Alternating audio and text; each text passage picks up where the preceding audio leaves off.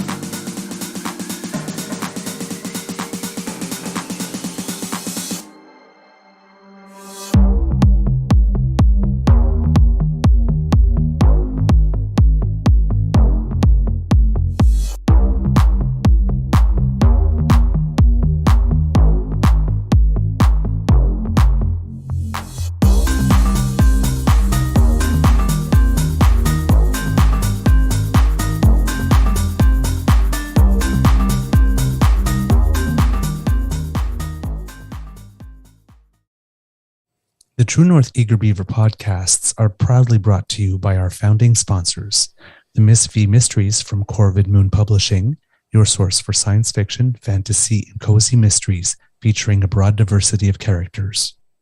CanadianTarot.com, your uniquely Canadian online eclectic tarot community and forum, and The Pepper Master, hot pepper sauces made from fresh farm ingredients to thrill your taste buds and expand your mind.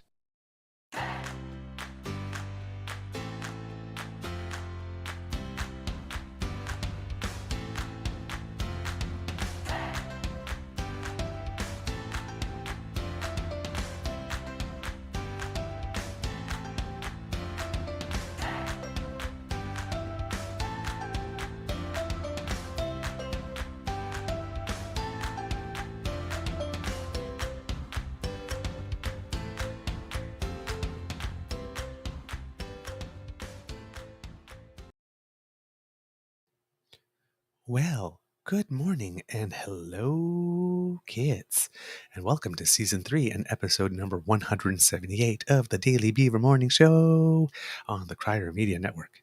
Today, recording day is Friday, August 3rd, beginning of a long weekend in many Canadian provinces, so enjoy. I hope you have wonderful plans.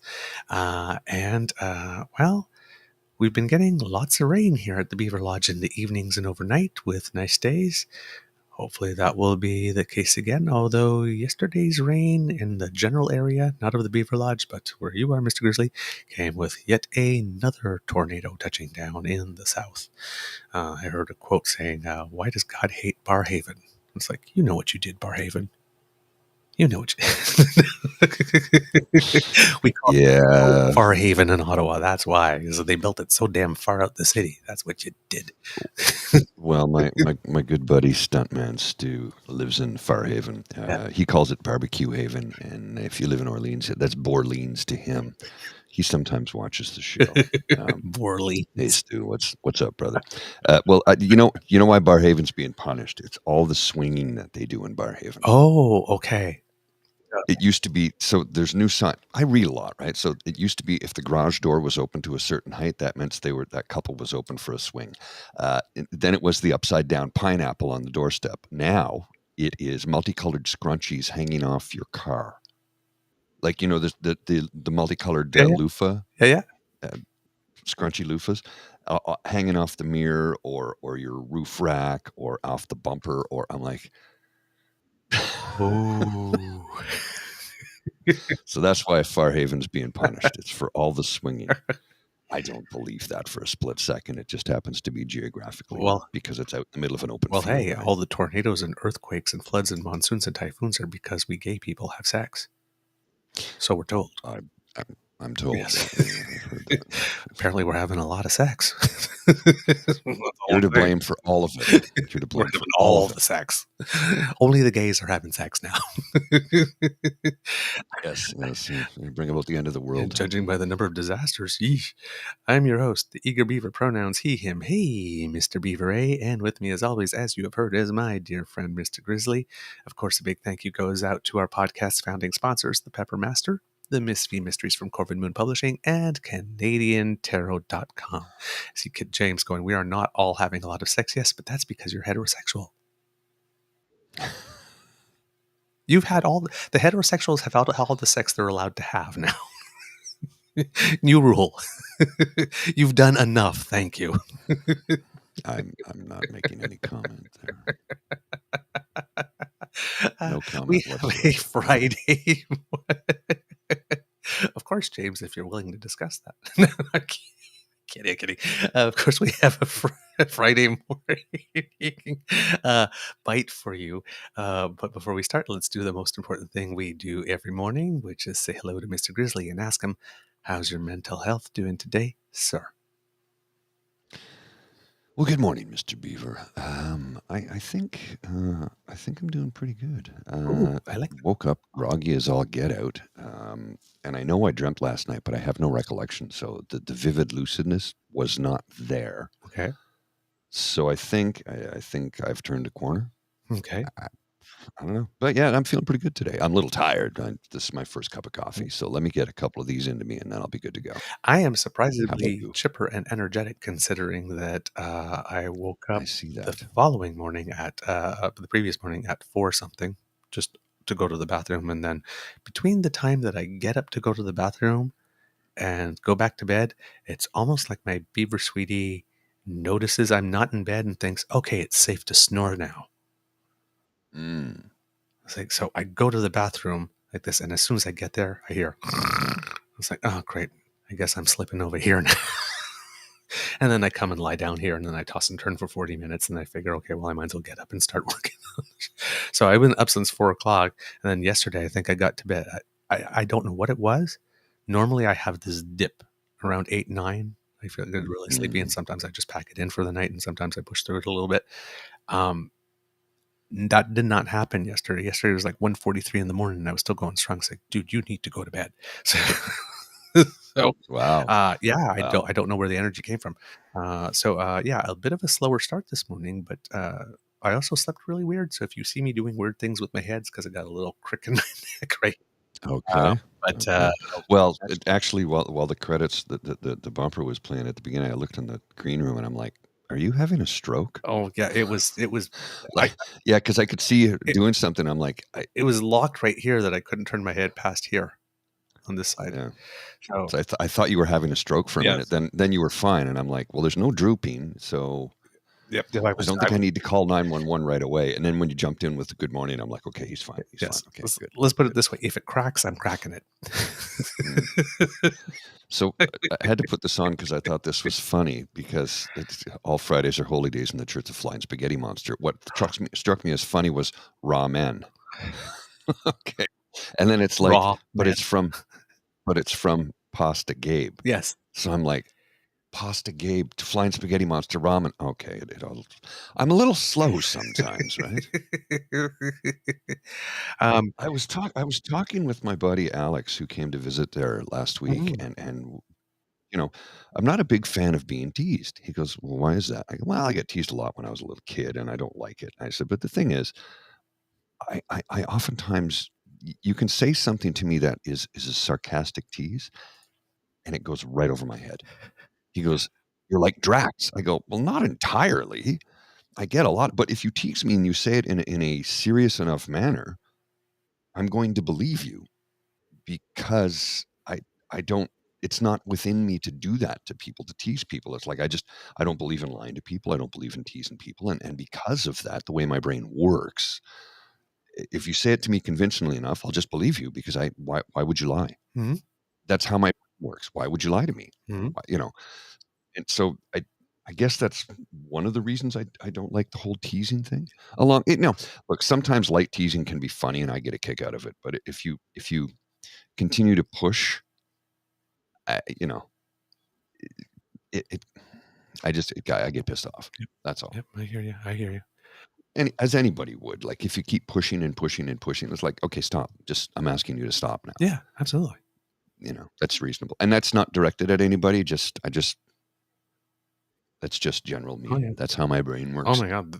There are days where I just like look up at the universe and say, okay, that's enough for today. Pick on someone Yes, else. exactly. Thank you. Enough. You filled my cup. Um, And that's what it is for me, because it's childhood trauma from being picked on is what it is. mm, And trauma sticks with you and get forever. It stored in the never body. it does. And it can come out at the weirdest times. Um, I can't explain it. I'm not a psychologist. I'm not a doctor. I'm not a psychiatrist. I'm just a guy with a deep voice and a microphone. That's it. And a good heart. That's all I am. And a good heart. And a good Well, I heart. try. I try. Oh God, now I got that Fergal Sharkey song in my head. A good heart is hard to Which find. one? Oh, yeah. Good Oh, geez, I haven't heard heart that in these 100 days years. is hard to find. I know. My mind is really weird. It's like this jukebox. Somebody says something, and it's like, those old KTEL commercials where you only got like Hmm. 10 seconds of a song or 5 seconds, and it's got this song and this song and this song. And then sometimes, like back in the day, was sometimes when a song was playing on the radio, like the song would end, and then the next thing that would go in my head is like the first 5 seconds of the next song from the commercial. It's like, I'll play this next. No, darn, they're not playing that next. So sometimes people say something, and there's like one little trigger word, and then it's like a song from the 80s or a commercial jingle comes into my head. It's like, oh, I've got a big bowl of cereal. Here comes the big bowl of ready. It's just like, I don't know. My mind is really weird. Keep your feet on the ground and keep reaching for the Hey, stars. It's just sort of a random Casey Kasem moment, right, right? right, right, right. Good morning to you, Kit Grappling. Lovely to see you. I think that's the first time this week. Kit Linda M. Lovely to see you as always. Kit Jim, as we mentioned, or James. Kit Ellen. I don't know if you prefer James or Jim, actually. I guess James. That's what you go by. Kit Ellen. Kit Dan T. Hey, hey, hey, sir. We need to send Dan T a link so you can join us at one point. Right now, today, Yeah, one at point this today. moment. Yes, this morning. Yes, Okay. yes, because he has Um, an announcement. Kit and Mike I, H, lovely to see I you. need an email from Dan T or I am or a DMer. Do you have something? I think I do. Yes, I do. I do actually have an email from Okay, Dan. let me just give you a link here. Here's the link. Okay, so I'll send that to him. So, Dan, Yeah, please, if you have an opportunity, check your email.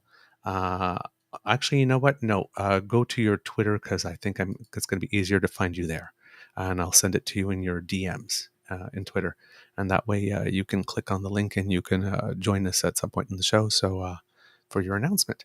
Also, Kit PNC Bio. Hello, Kit Mike H.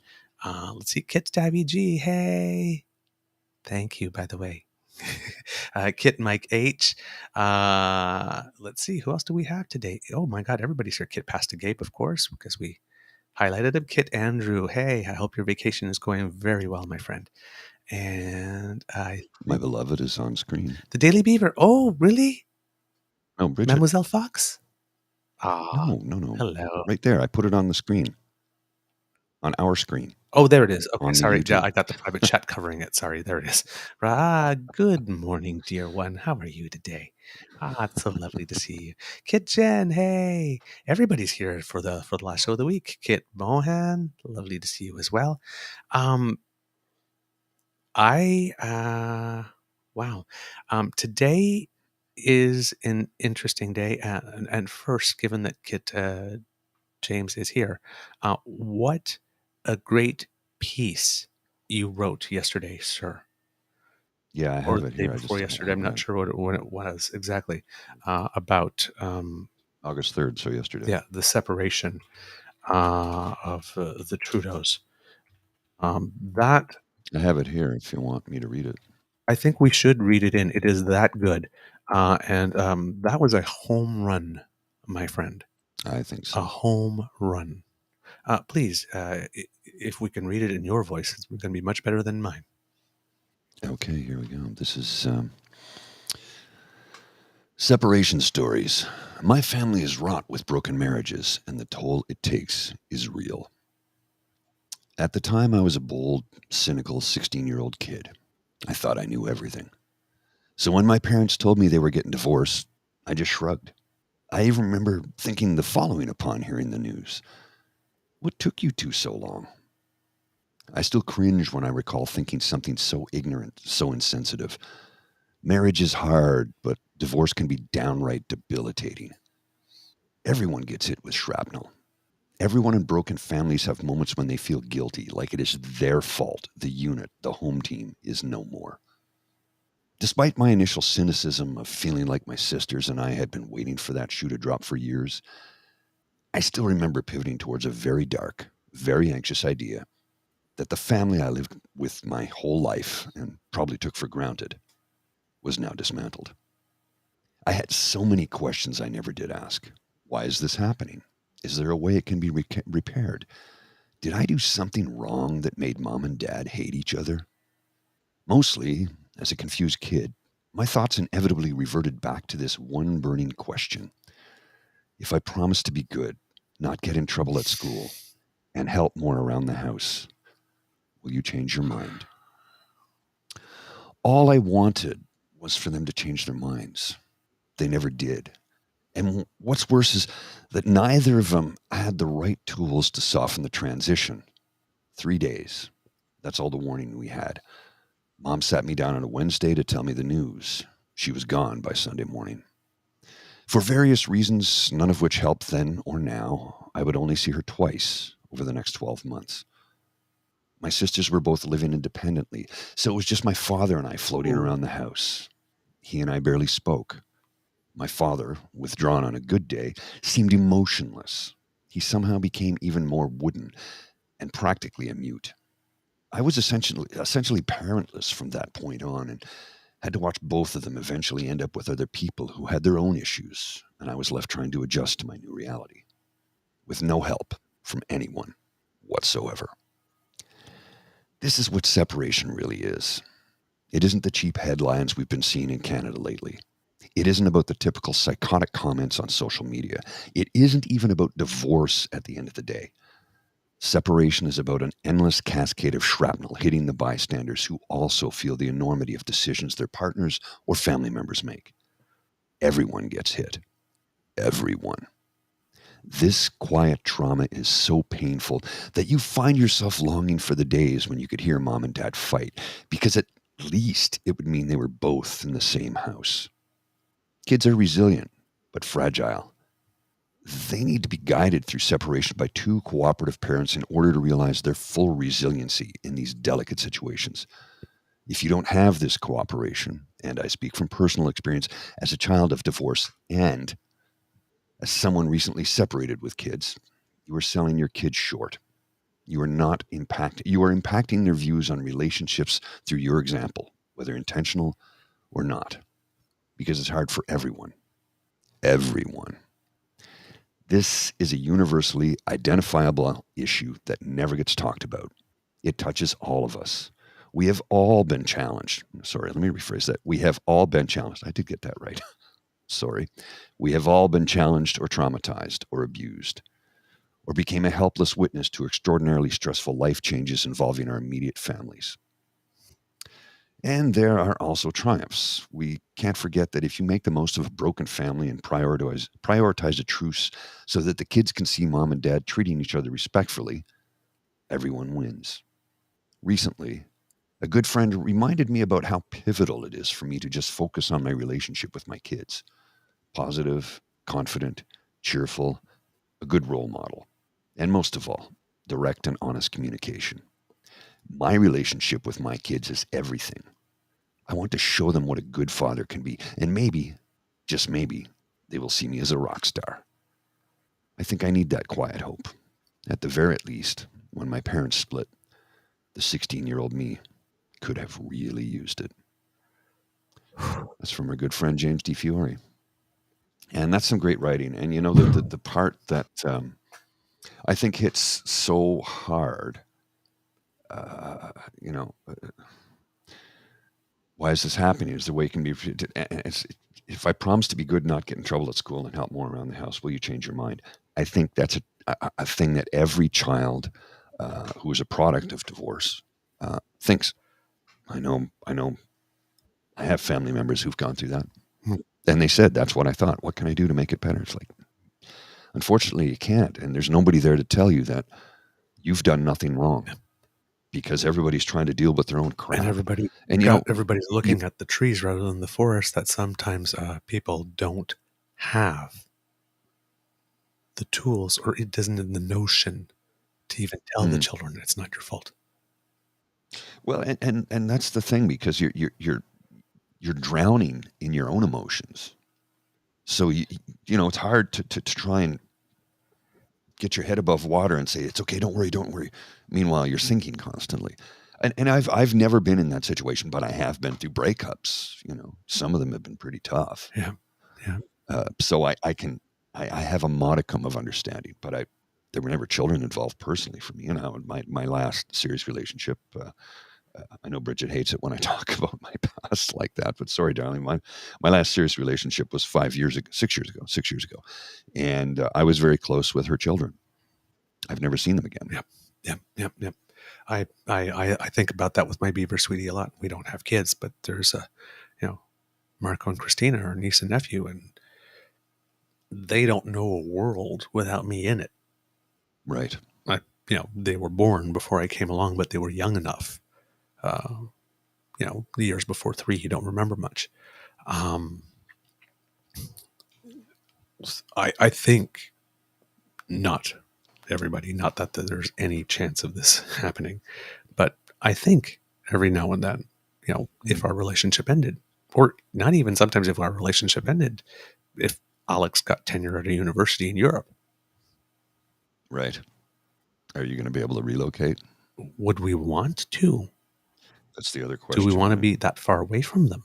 And they're not even our kids. Yeah. And we love them so much.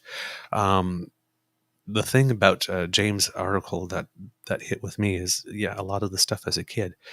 I'm the child of divorce, but I was lucky, quote unquote, question mark, that my parents separated while my mom was pregnant with me. So I wasn't raised with my dad, so I didn't experience the family break up. The family was already broken up. But I was a foster kid. And the number of times you go into a family and you adapt to that family. And sometimes it's just the emergency home that you're just there for a month or two, or sometimes just 2-3 weeks before they find you a permanent home. And then you go in, and then you get taken out, and then you go back into your regular home, and then you get taken out of that and you go back. And then wondering if that's your fault, and wondering it's,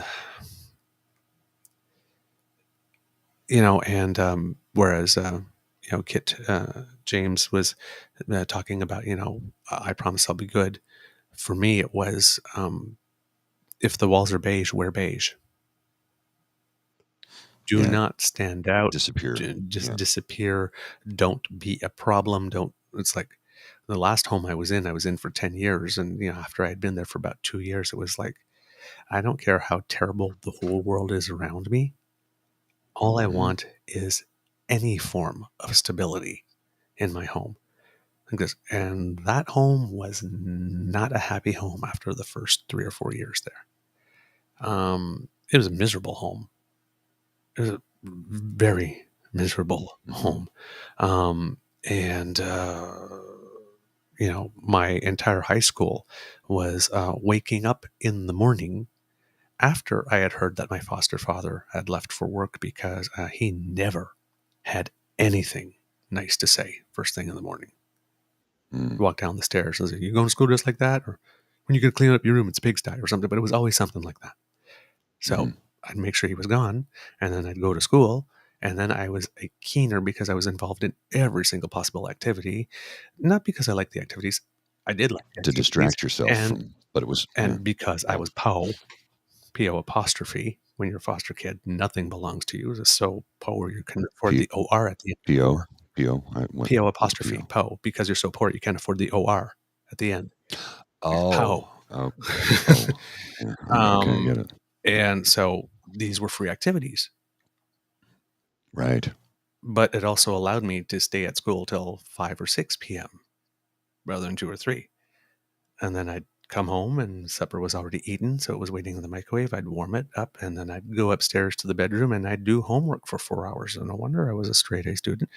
And then when the bell rang on Friday, when my mom finally got her own place, by the time I was 16, I would go right there and I would stay with her, and I'd leave Monday morning from there to go to school, and I'd that was my life. I basically slept there and ate the food that was left in the microwave. And I was good with that because I did my whole high school at one school, which was unheard of.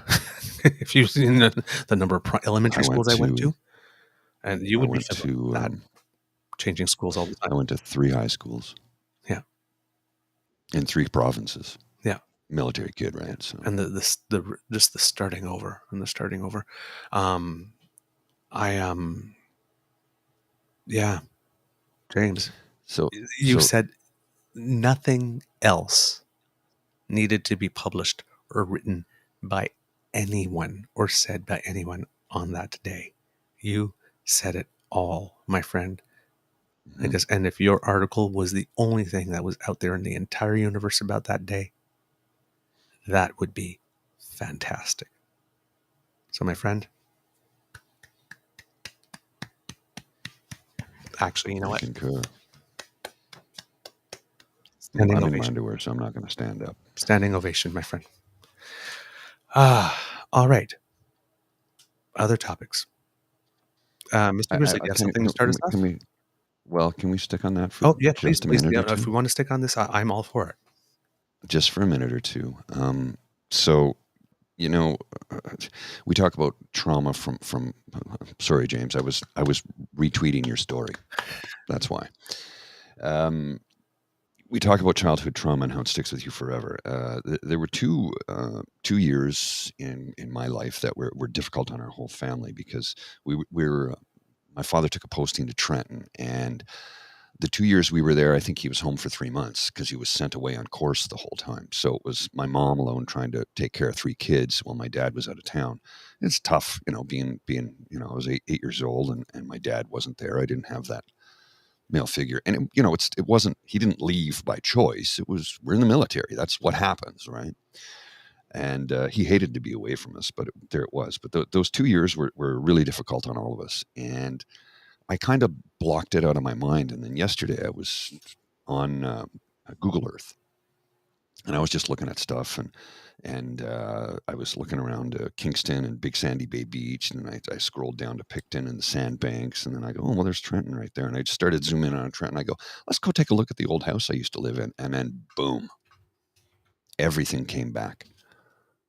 And I was sitting there looking at that house, and I'm like, okay, that's enough of that to just get rid of that. And it wasn't that there was anything. Maybe there was, if I think about it, maybe I got to go for therapy for that one. But there was some. It was a tough 2 years. It was tough on my mom. It was tough on my sisters. It was tough on me. I was the oldest at 8, and my other sisters were they were little girls at the time. I mean, my youngest sister was 1, and my other sister was like 3. 3? Was she 3? Yeah, 3. I had to think about that. So I'm 5 and 7 years older than my younger sisters, and trying to navigate a new town, new friends, a new school, and then my dad's not around because he's away most of the time. I say 3 months, it might have been 6. I don't know, like a 3 month period here where he was home and a 3 month period there where he was home, sort of thing. But he was gone for most of that 2 year period, and it was super challenging. And reading about the story James wrote, or the article James wrote, not story, the article James wrote, and it reminds me of that. I mean, again, my parents are still married; they're still together, but it was a 2 years where they were separated most of the time by occupation, service to the country. My father being in the military, and the trauma that it held on us. Now, I never had the feelings of if I was better, if I behaved better, if I never had that feeling because none of that. It wasn't my parents' choice to be apart like that. It was they hate being apart. Yeah. So I had that to fall back on, but it was very difficult for my mom for that 2 year period, Yeah. and I remember it vividly, and believe me, yesterday looking at that, going on Google Earth and dropping on the street and staring at the front door of that house, and then looking at the trails I used to walk, and uh, yeah, there was some serious trauma in that 2 year period that I never realized until yesterday how buried it was. I had trauma about getting sent to the hospital in St. John's, Newfoundland, and I've dealt with that to a certain degree. It'll never go away, but there's a 2-year period in my life that I need to talk to a therapist about, because it affected the entire rest of my life, and it still is, and I didn't realize it until yesterday. Yeah. Yeah. Yeah. Yeah. My Beaver sweetie has been incredibly affected. And he, like, part of it, he doesn't understand why. He's like, I don't know these people, and my family's not divorced. Unfortunately, he lost his mom at an early age. But yeah, it's like yesterday morning he woke up and it's like, I'm sad. It's like, why are you sad? It's like, well, the news yesterday. It's like, wow, you're still carrying it today? And it's like, yeah, I am. It was just, I don't know.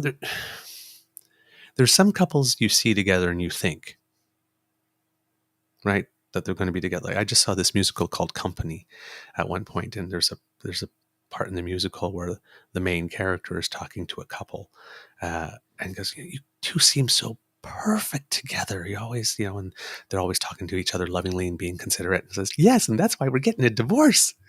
It's like, it's go, what? Of all my couples, of all my friends, you? It's like, what? Like this, and they're all happy about it. Like this, and yes, like this, and we'll keep on keeping to be a little family. Like this, oh yes, we were so much happier now that we've made it. They're all. It's like, please, I'm wishing you a very, very happy divorce if it, if it works. But it's, it's, you can, yeah, it's. I just had this impression, it's like I keep on looking at that Vogue picture, and of course, it could have been true then. Right? But when he's holding her, and it's like the way they're looking at each other, it's like, he loves her, and she loves I'm sure he him. still does. Well, I'm like sure we said there's yesterday, sometimes love is not enough, particularly in it's, politics. you know what? When I was young and naive, I used to say love can conquer all. Love, and my mom would say, "No, Paul, that's not the case. Yeah. It really isn't." And I'm like, "Oh, don't be silly." And I'm like, I've experienced one dumb breakup. kid, right? I've experienced one breakup in my life where love was definitely not the issue. Oh God, I cried. There's a million different reasons things, and you can, still love one another, but it's like, Oh, you know, I would be lying to say if I still didn't. It was like we're friends still. And every time I get a message, it's like, "Hey, baby, how you doing?" It's always happy. I want nothing but good for him. I went to his wedding. He's happily married over 10 years with someone, and great guy, the perfect guy for him. Um, I was not it, and I knew it. And I was crazy about him, and he was crazy about me, and I knew it was not sustainable. It was the only relationship I've ever ended. Usually I'm the dumpy. right. It was hard. It was hard. So yeah, we were just at different points in our lives. Like, he wanted me to move in so we could build a life together. And I had just bought my first home, someone who's never had a home, being a foster kid. Right. And I really wanted to live in it because it was like the biggest accomplishment of my life. I mean, I never got a driver's license because I never thought I'd have enough money to drive a car, and I was buying a condo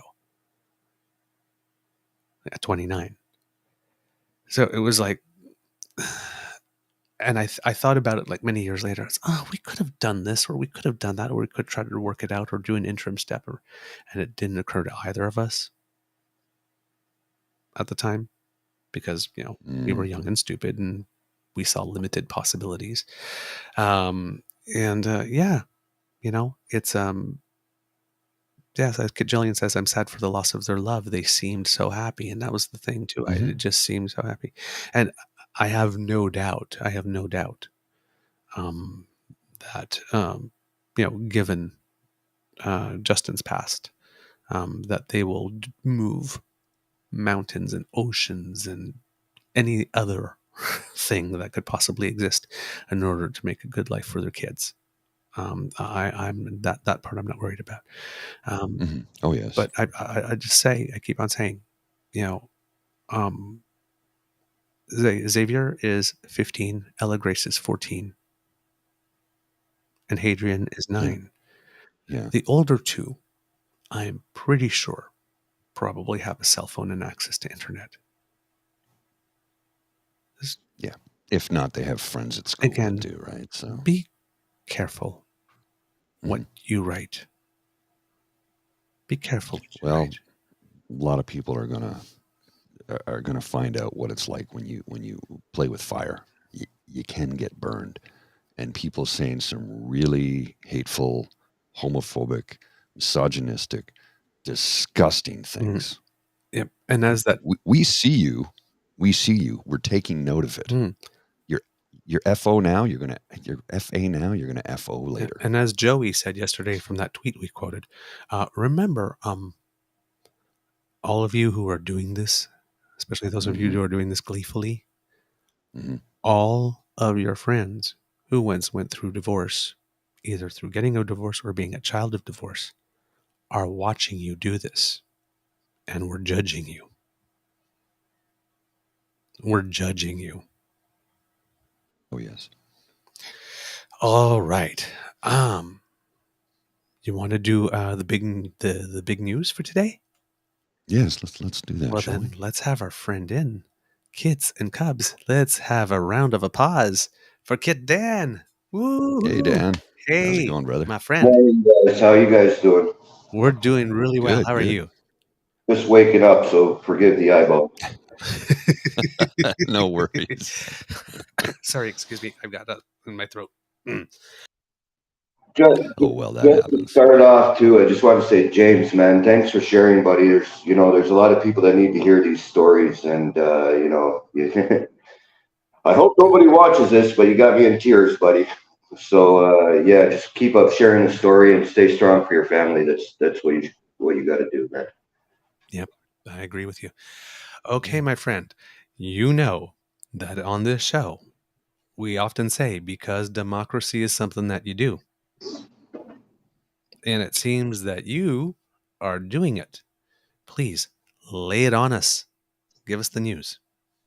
Well, like I said in the chat there, it's we had a by-election here in Toronto just recently. City council seat was given up, as it should have been for three people that were running for mayor, but that's a story for another day. But yeah, so just basically the way it boils down is next Thursday there is an emergency meeting where Mayor Olivia Chow is going to be appointing all her committee heads and her deputy mayors and such. The next council meeting will be October 11th, where they'll be declaring the seat in Ward 20 Scarborough vacant. And I've done it 3 times before, and I'm going to do it again this time because we need to involve community in decision-making processes. So just basically what it boils down to is expect to see my name on the ballot for the Ward 20 City Councillor coming up here in Toronto. Thank you, guys. I watch this show because I don't know a lot about the federal postings. My expertise is in Ontario and specifically Toronto. So I watch you guys to get those. But yeah, I'm going to be putting my name up on that ballot. I probably shouldn't be wearing this shirt as I'm saying it, but I don't give a beep anymore. But yeah, it's all about community. We all have our strong points, right? We go off base sometimes. We get angry sometimes. That's why we come into spaces like this. And Casual Friday tonight, everybody join James.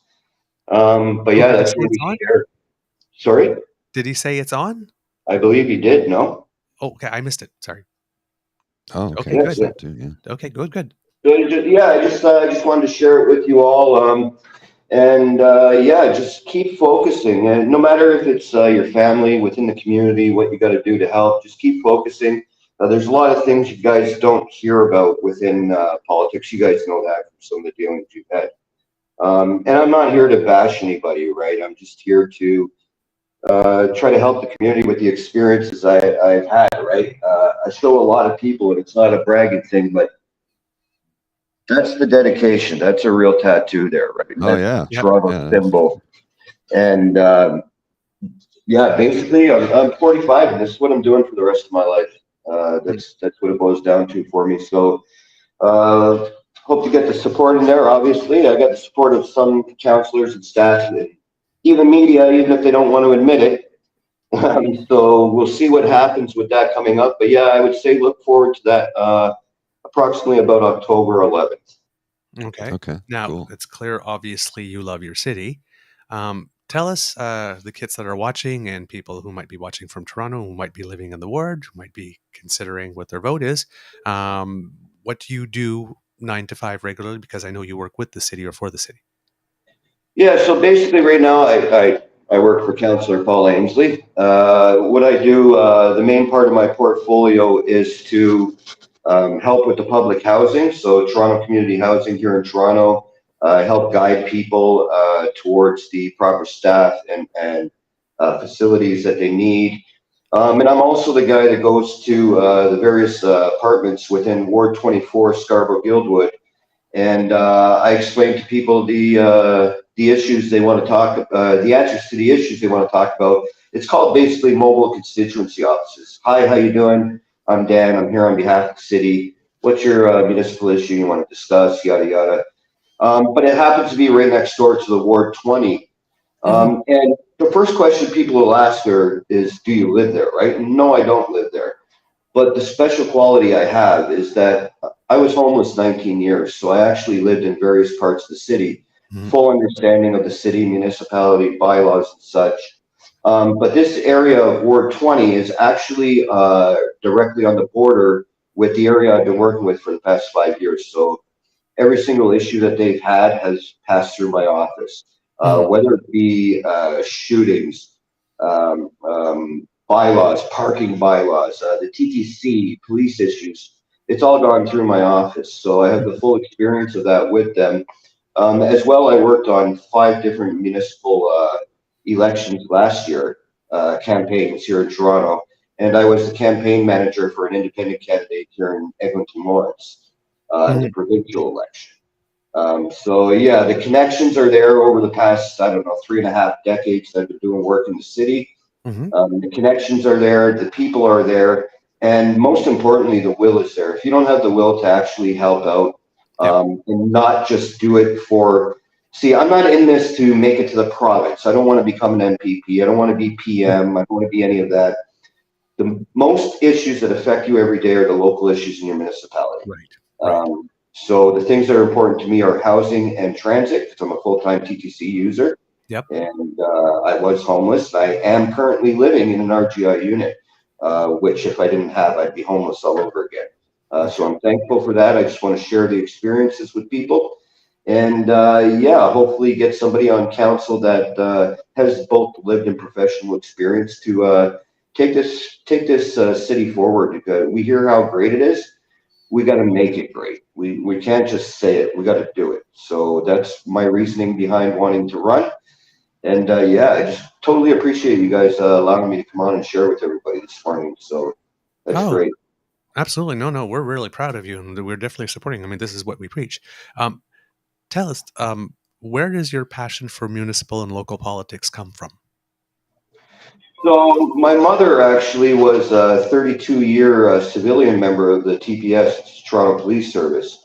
She started off as an auxiliary officer as well as a crossing guard. And it's come full circle this weekend because we're having all the celebrations for, I don't know what they call it now, but it was Caravana. So my mom was one of the people that first started back on that years ago here in my home neighborhood now of Little Jamaica in Toronto. So she went on to do parking enforcement for 19 years and ended her career at the non-emergency number 808-2222 for the Toronto Police Service. So that is my first direct line to wanting to serve the public. But as my battles and troubles went through from 97 to 2016, I was homeless.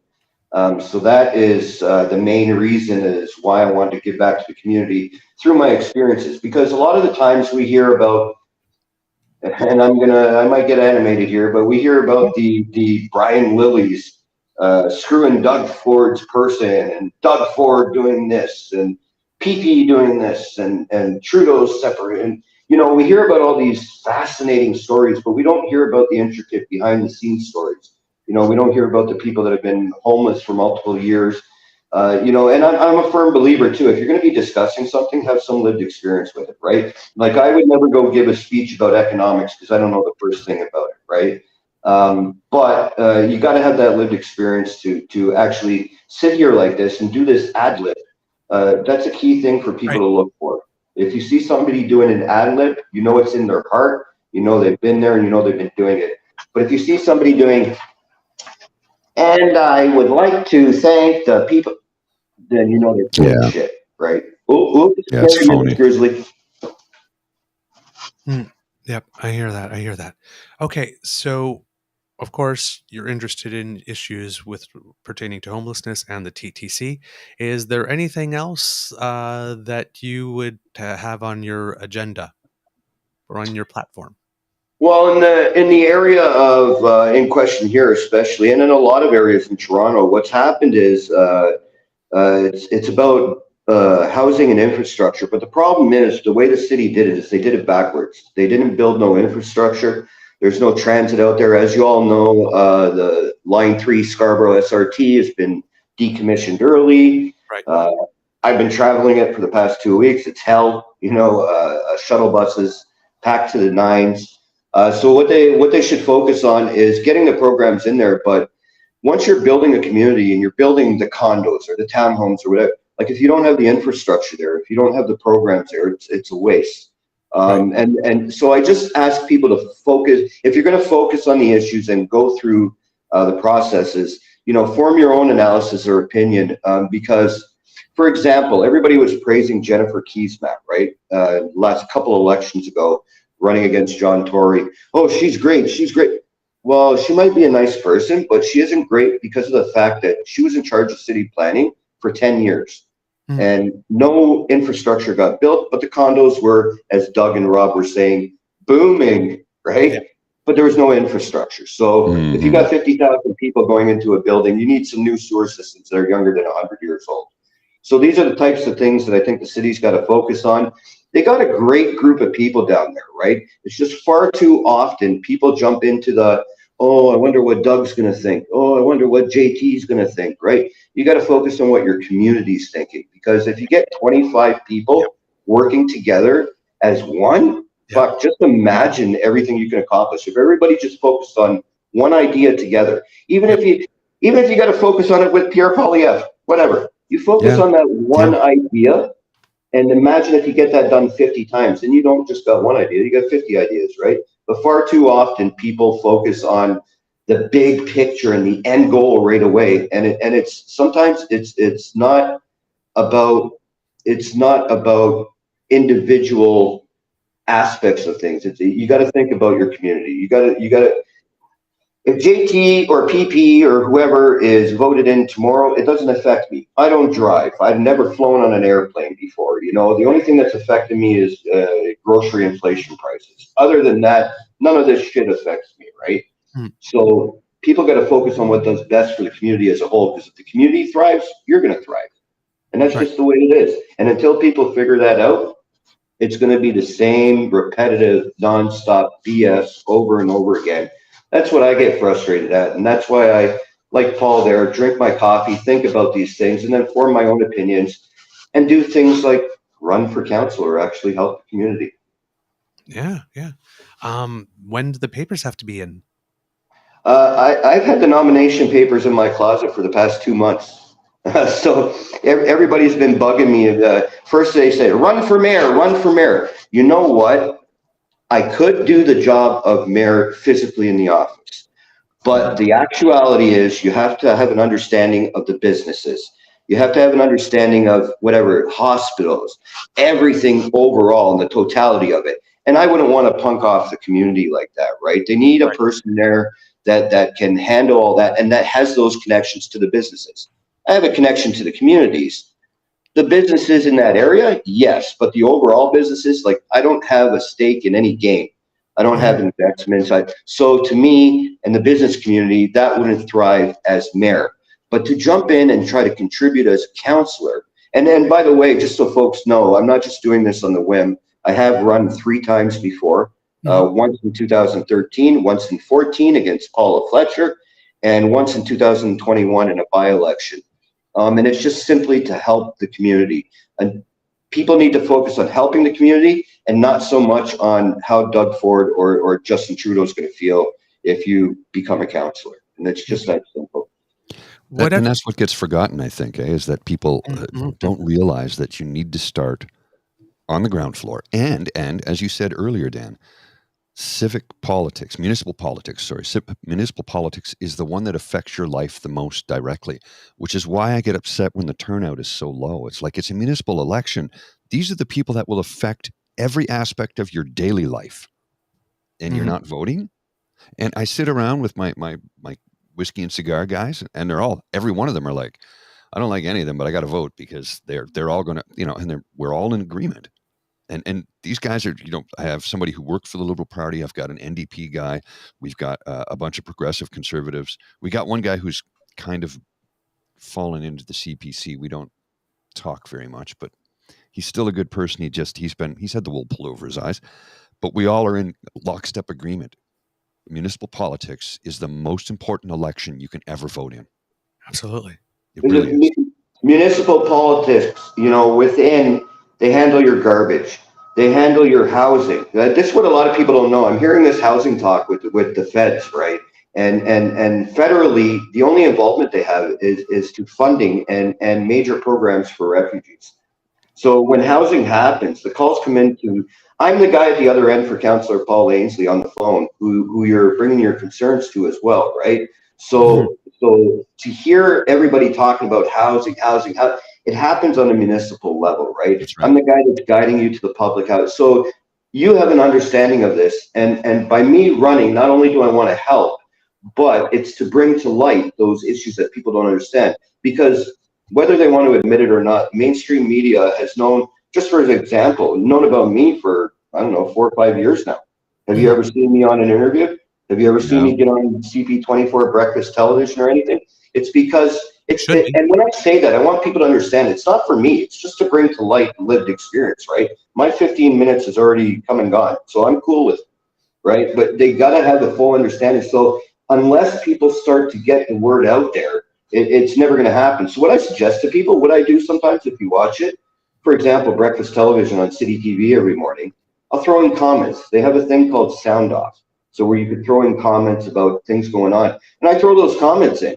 And believe it or not, people watch that, right? They might not admit it to you, but I'm getting calls every morning. Hey, Dan, great quote. Hey, Dan, great comment this morning, right? So you got to take all that and then not get frustrated, not flip out on the media and, the mainstream media doesn't want to take me in. No, you work your magic, you talk to people, and look where I am this morning. I'm on one of the greatest podcasts here with 2 of the nicest guys I haven't met you guys yet. 2 of the nicest guys on.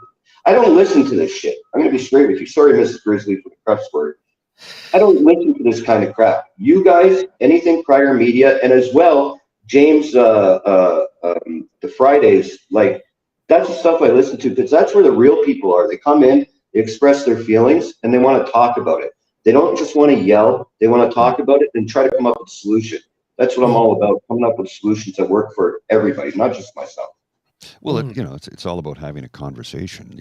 We've been saying we're trying to build a community here, and we are building. And I mean, come on, look, this chat community is amazing.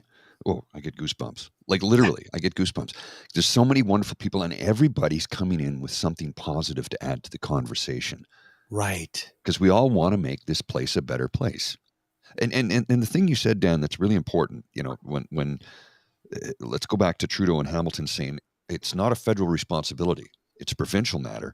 But it really begins at the municipal level, right? Housing. It's municipal. Province will dole out money. The municipality takes care of the housing, and the feds will give some money to the provinces. And we got out of the federal government got out of building houses 30 years ago under Chrétien, and then Harper basically completely exited any sort of federal involvement with Right. public housing in any way, shape, or form. So it really is, it's a provincial responsibility in the, in the sense that they dole out the cash, but it's municipal level that gets it done. Mhm. Well, that's what and you're exactly right on that, and that's what a lot of people don't know too, right? It's the feds and the province that dole out the money, right? And then you'll hear programs like this stupid idea. I'm gonna have to have a talk with that jackass someday. But Doug Ford going into the green belt and building 150 homes. Who's gonna buy those homes? People on ODSP or OW? No. So It's gonna the be only housing that multi-million-dollar you hear. Sorry, I got a little delay. My bad if I interfere or interject here. When you hear Doug Ford talking about housing, when you hear Justin talking about housing, Justin is talking about housing, and the only housing program they can come out with publicly is for refugees, because anything refugee status or what have you is federal. Right. When Doug Ford comes out and says, "Yeah, we're going to build housing," that's just we all know that's just to appease his fucking golf buddies and his highway building buddies. And when people come to me, I like, for just as a quick example, so I don't take up all your time. When people come to me, I'm getting cases like a mother with a 6-day-old baby sheltering her kid on the TTC because they can't fucking get into housing. I myself waited for housing. Sorry, my glasses fell there. But like I myself waited for housing for, I don't know, 13 years. And if I didn't have that RGI unit now, everybody says, "Oh, you work for council, you're rich, you're good." No, I'm not good. I'm a part-time fucking council worker who goes in and listens to your murder cases, your suicide cases, your bedbug cases, your I'm taking care of my grandkids who can't do it anymore case. That's what I'm listening to every day. And as far as I'm concerned, I've gotten no help from the feds or the province in dealing with these issues over the past 5 years. So listen carefully to the narrative. When they say affordable housing, that's for middle class people or whatever. Yep. I hate putting labels on people, but it's for people that can afford $3,000 a month rent. That's affordable housing. People on ODSP and OW only get $700 and $1,000 respectively. Do the math, right? Doesn't add up. So I think one thing we should say above board, and I'll take this time to do it very quickly. We need RGI, which is rent geared to income, RGI housing for people at a certain income level across the board, across the country, so that you can move from province to province if you have to be closer to your supports and families. But unfortunately, that's not the way they want to do things, and they want to drag things on. So I just, do what we're doing here today. Get involved, listen to folks, listen to everybody, not just me. Listen to the ideas you think are stupid too, and then form your own opinion and build something upon that. I'm self-taught. Everything is ad lib. I don't read from nothing. You'll see me give speeches. I don't read nothing. Everything is ad lib. It's because of the lived experience, and that's what we need at the table, whether it be LGBTQ issues, Indigenous issues, whatever issues or seniors issues. You need that lived experience on the table. There's no reason this white guy from Middle Toronto should be speaking about an Indigenous issue without an Indigenous elder or person at the table. That's just the way I believe. And so going forward with what's going on here, I'm excited about it. I'm also aware of what can and can't happen. Right. And I'll fight until these eyes close. You know what I'm saying? For these issues to be taken care of, because I'm seeing too many of my friends dying on the street, and the ones that haven't died are still down on so-called Skid Row in downtown Toronto. Yeah. So we need to help people across the board, not just in our own backyard, but start there and work outwards. Yep. I am right with you on RGI. My family's personally benefited from it. My mom, unfortunately, was schizophrenic and couldn't work, and eventually got placed on ODSP. And if it wasn't for RGI, that story I was telling earlier about when I was 16 and getting to at least spend weekends with her, that would not have happened. Yeah. Right. Well, it's 100%. And like I said, for myself, things are great. I'm going to survive, right? I'm not rich. Like I said, I don't drive. I don't fly. I've never touched an ocean, but I've decided that dedicating my life to these issues now is the way to go, because that's where my life has been. And same thing, my mom, my parents, these stories are touching me. I'll make the long story short. I had spinal meningitis at 3 months old. And all through my life, my parents were split by the time I was 1. And all through my life, I never had that father figure. My mother didn't get remarried until I was 21 years old. For whatever reason, and I don't want to knock him because we're good now, right? So if he happens to watch this, Dad, please don't take this as a shot. But he ignored me for 40 years. And I have 4 other siblings. And there was no rhyme or reason behind it. And I always thought it was because maybe I was the cause of their split up when I had the meningitis. Apparently he pussied out and he ran away, right? And that's okay. I understand, right? Because we're good now. And he's explained things to me. But it all ties back to, and I hate to sound repetitive, but it ties back to the experiences. You live these experiences, and what you decide to do with them, which is why I'm very proud of James. I haven't met James yet either, but we've had a talk or two on his shows. Unless you speak up and share your experiences, there's going to be A, no solutions, and B, nobody can learn from them. You can't learn if you keep it inside. Speak. Listen is key too. You have to listen, but also speak, share your stories. And like I said, even if you don't agree on everything, come together for that one issue. Just imagine what can happen across the board. You really nailed it with that. A real human moment that people can relate to. And I'm going to give you an anecdotal story here. I'll be as quick as I can. We're all familiar with Rachel Gilmore, correct? Mm-hmm. Former global news reporter, lives here in Ottawa. And she does a lot of work, and she's come forward, and she's come forward and said, yeah, I have mental health issues. I take medication for it. And a lot of people piled on her for it. And then of all the people in the world who I didn't expect to have her back on that one, I was shocked. But at the same time saying, okay, you've had a real human moment. Keep rolling with it. Keep rolling with it. And then he didn't after that. But it was Laurie Goldstein from the Toronto Sun. Mm-hmm. He said, I also am on antidepressants, and if I didn't have it, I wouldn't be here right now. I'm like, that's a real human moment. People want to connect with that. Right. Because we can relate to it, because it's something we understand. It's, like you said, Dan, a lived experience that we can relate to. So when people in mainstream media, if you will, forget that they're still human beings first, that's where they lose the plot. And this is why I'm so happy that Charles Adler is a part of the Crier Media Network, because Charles is as real as it gets, right? And I don't know if you saw I wouldn't call it an interview. I think the chat the three of us had together on our show. It was a real, and he only had 10 minutes. We ended up talking for 90.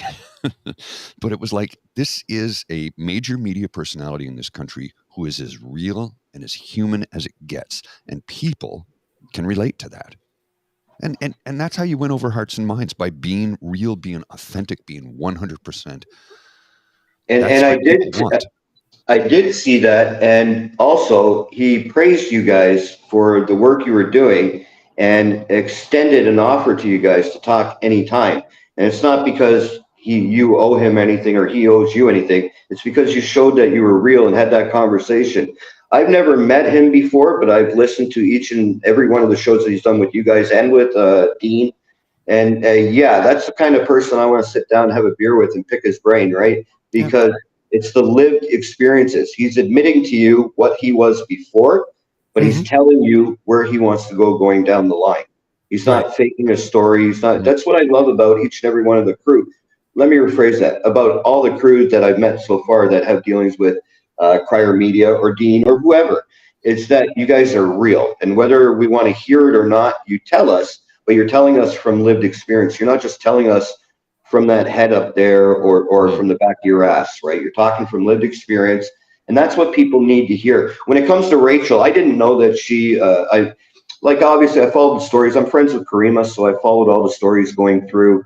Yeah. And sure, I probably cussed her out once or twice, right? But if she's admitting that she's had a problem and that she's getting some help for it and what have you, I can accept that and move forward from that. But it's what you do with everything in the totality going forward, right? Mm-hmm. If you're here just to yell and scream and hear your own narrative, it's never going to work. It's these same people. This is what I'll end it with that. This is what I think is ruining it. It's these small groups of people that have to have people like Blue Jacket Paul go up to them and yell at them and say to them, like, what the fuck? What the F are you doing, man? What's going on here, right? If they come with reality, I'm all for it. I've been to a couple protests. I don't mind them, right? If they make sense, make it make sense. But it's these people that are just yelling, constantly yelling, and somehow they get on the mainstream media and get interviewed year after year. And it's frustrating because there's plenty of people like me who are doing the hard work in the community, and it just all gets flushed down the drain when these people yell their own narrative, like, or throw eggs at fucking throwing 4 eggs and hitting only 2 of them at the window, by the way, poor aim. But for what? What's that going to do? What's that going to do? I know it's a form of protest or what have you, but what's it going to do? All they're going to do is wash off that fucking window and wait for the next guy to do it, right? Yeah. So get informed, help people, and get involved in the community, right? I'm not perfect. I'm leaving here today. I'm going to buy a 6-pack of beer. I'm probably going to twist up 2 joints and just reflect during the day and wait for tonight's show with James, right? But I don't work till Tuesday. So I have time to reflect and share these thoughts with people. And I'm glad that I was able to share some of them with you guys tonight. And like I said in the chat, I go off base sometimes. I get it. That's fine. You know, we all do. But when push comes to shove and it's time to get down to the grind, let's fix this. Let's work together and let's make some things happen. You never know what can happen, right? Right, Dan. I am really impressed with what you're saying. I'm a big fan of the authenticity piece, and people are starving for authenticity. I think, based on this conversation, what I've known from you from before, and your engagement and your commitment to the community, that and people have said it in the chat, you're the type of counselors that people need. Well, they want reality, right? What people want to know is, what are you going to do and what can you do for them? They don't give a shit what you do behind closed doors. If you're making deals to better your portfolio, they don't care. What are you going to do for them? And when is it going to happen? You know, for example, this SRT in Scarborough that I take every day that I get interrupted when I'm listening to your guys' program, right? Because of the shitty service in the TTC. Fix that, guys. But, you know, I listen because there's different stories. There's different folks. And there's going to be people that yell at you. There's going to be people that probably write to you guys here and saying, why do you have that jerk off on TV? I don't care anymore. I'm not listening to you people anymore that are doing the negativity. I'm going to listen to it, but I'm not going to act upon it or judge or base my day on what you say or do. It's the people that actually want to affect change, right? And if it happens to be somebody else, hey, all the power to them. I will stand side by side with you. But when it comes to this, I personally just had enough, and I'm just saying point blank, get ready, Ward 20. All right. I have one last question for you before we go. Given that this is your 4th rodeo, what have you learned from the first 3 that you're bringing in? Okay, so very quickly before I go, the first time I ran was 2013. You guys can Google this. It was when a guy named Doug Holliday left City Council. So his seat came up for grabs.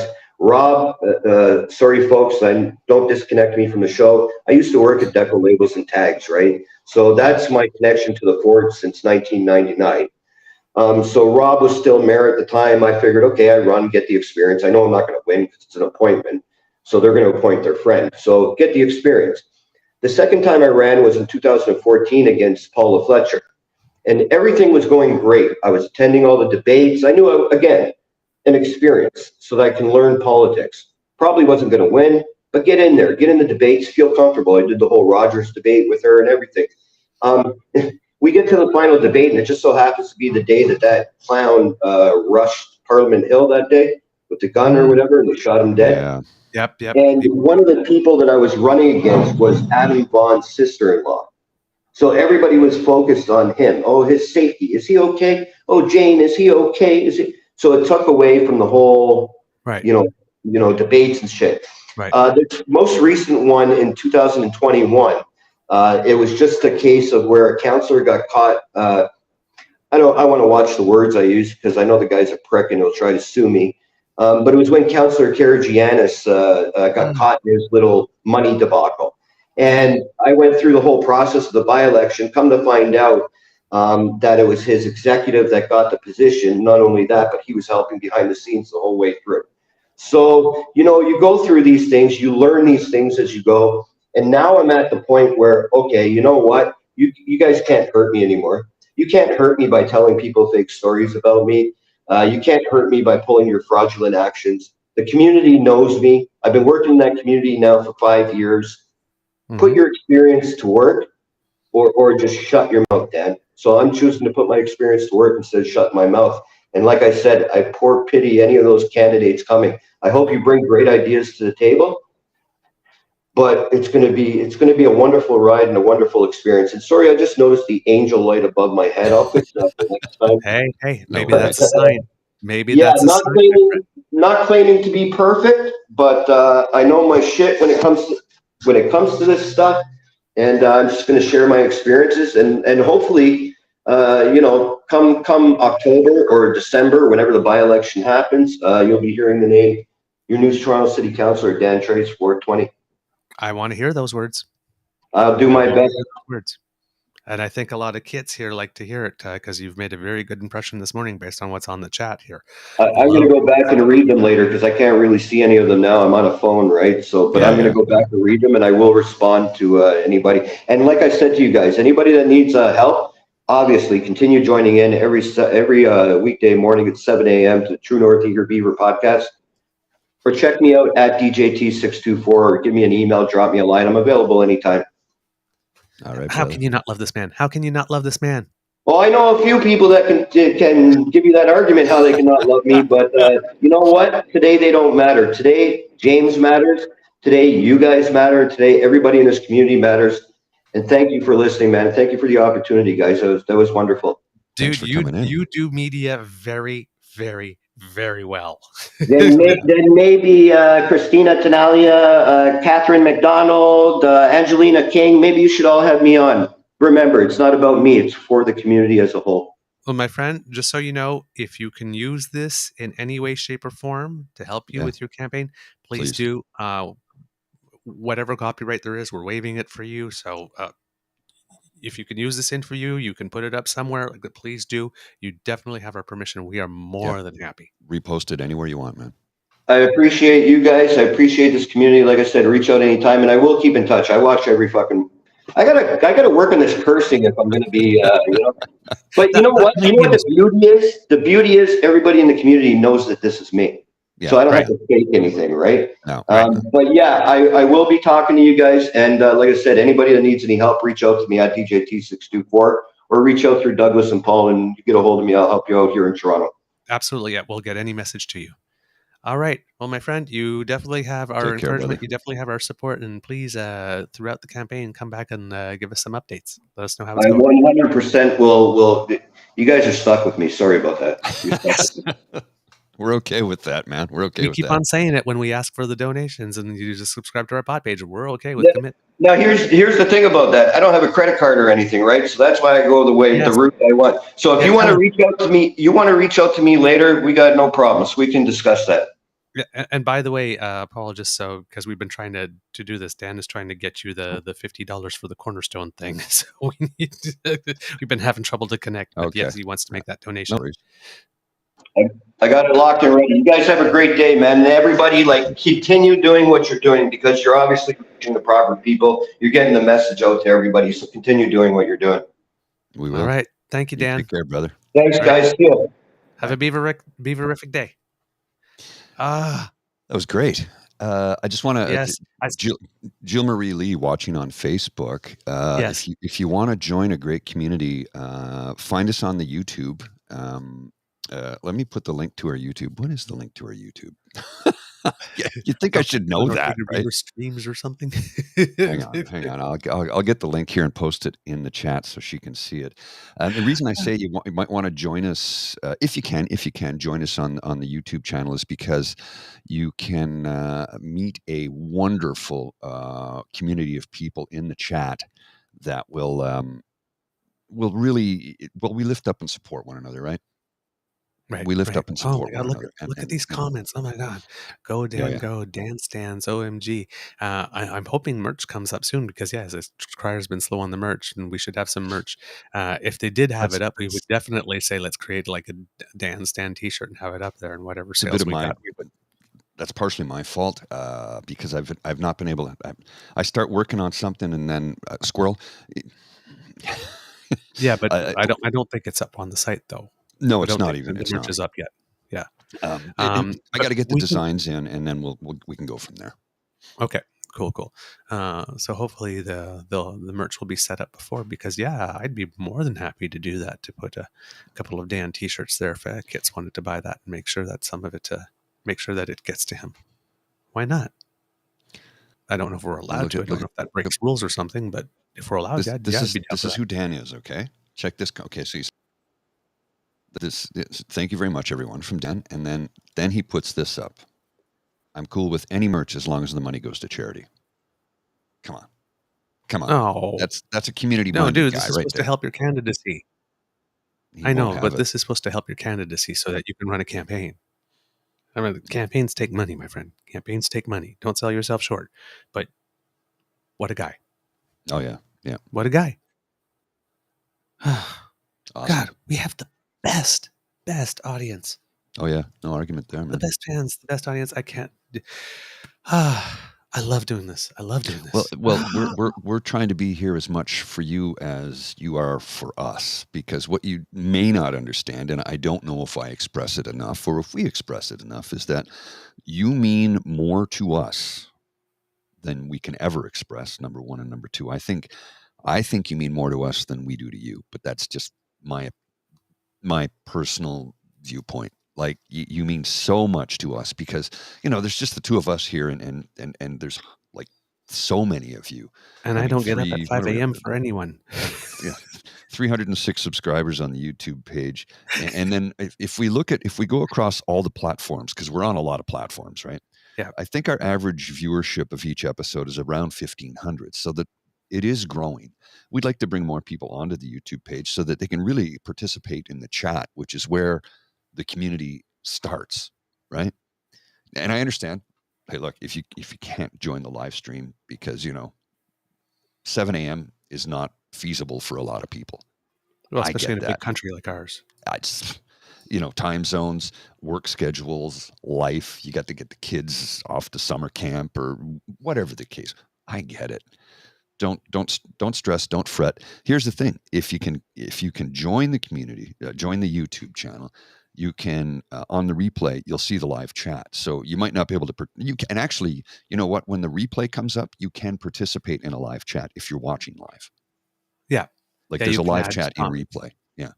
And you can see the comments from previous episodes. If you go to past live streams, you'll see all of that. If you go into the debut, because we always do a replay the next day, right? Yes. And on the replay, when that's debuting, it debuts as a live replay, which means that there is a new chat available for that specific episode. Oh, okay. Yeah. So, because there was one the other day where I was watching, and our pal Jake was in the live stream on the replay. So I jumped in and made a couple of comments. We were talking back and forth, right? So yeah, there's an open chat for the live stream replay and the live stream. And then if you watch us while we're live, of course, you get to participate. So, and this is what Miss Sadeke, this chat is my favorite chat of all the chats. This is the only place I feel comfortable talking about my life with a group of wonderful people other than Facebook.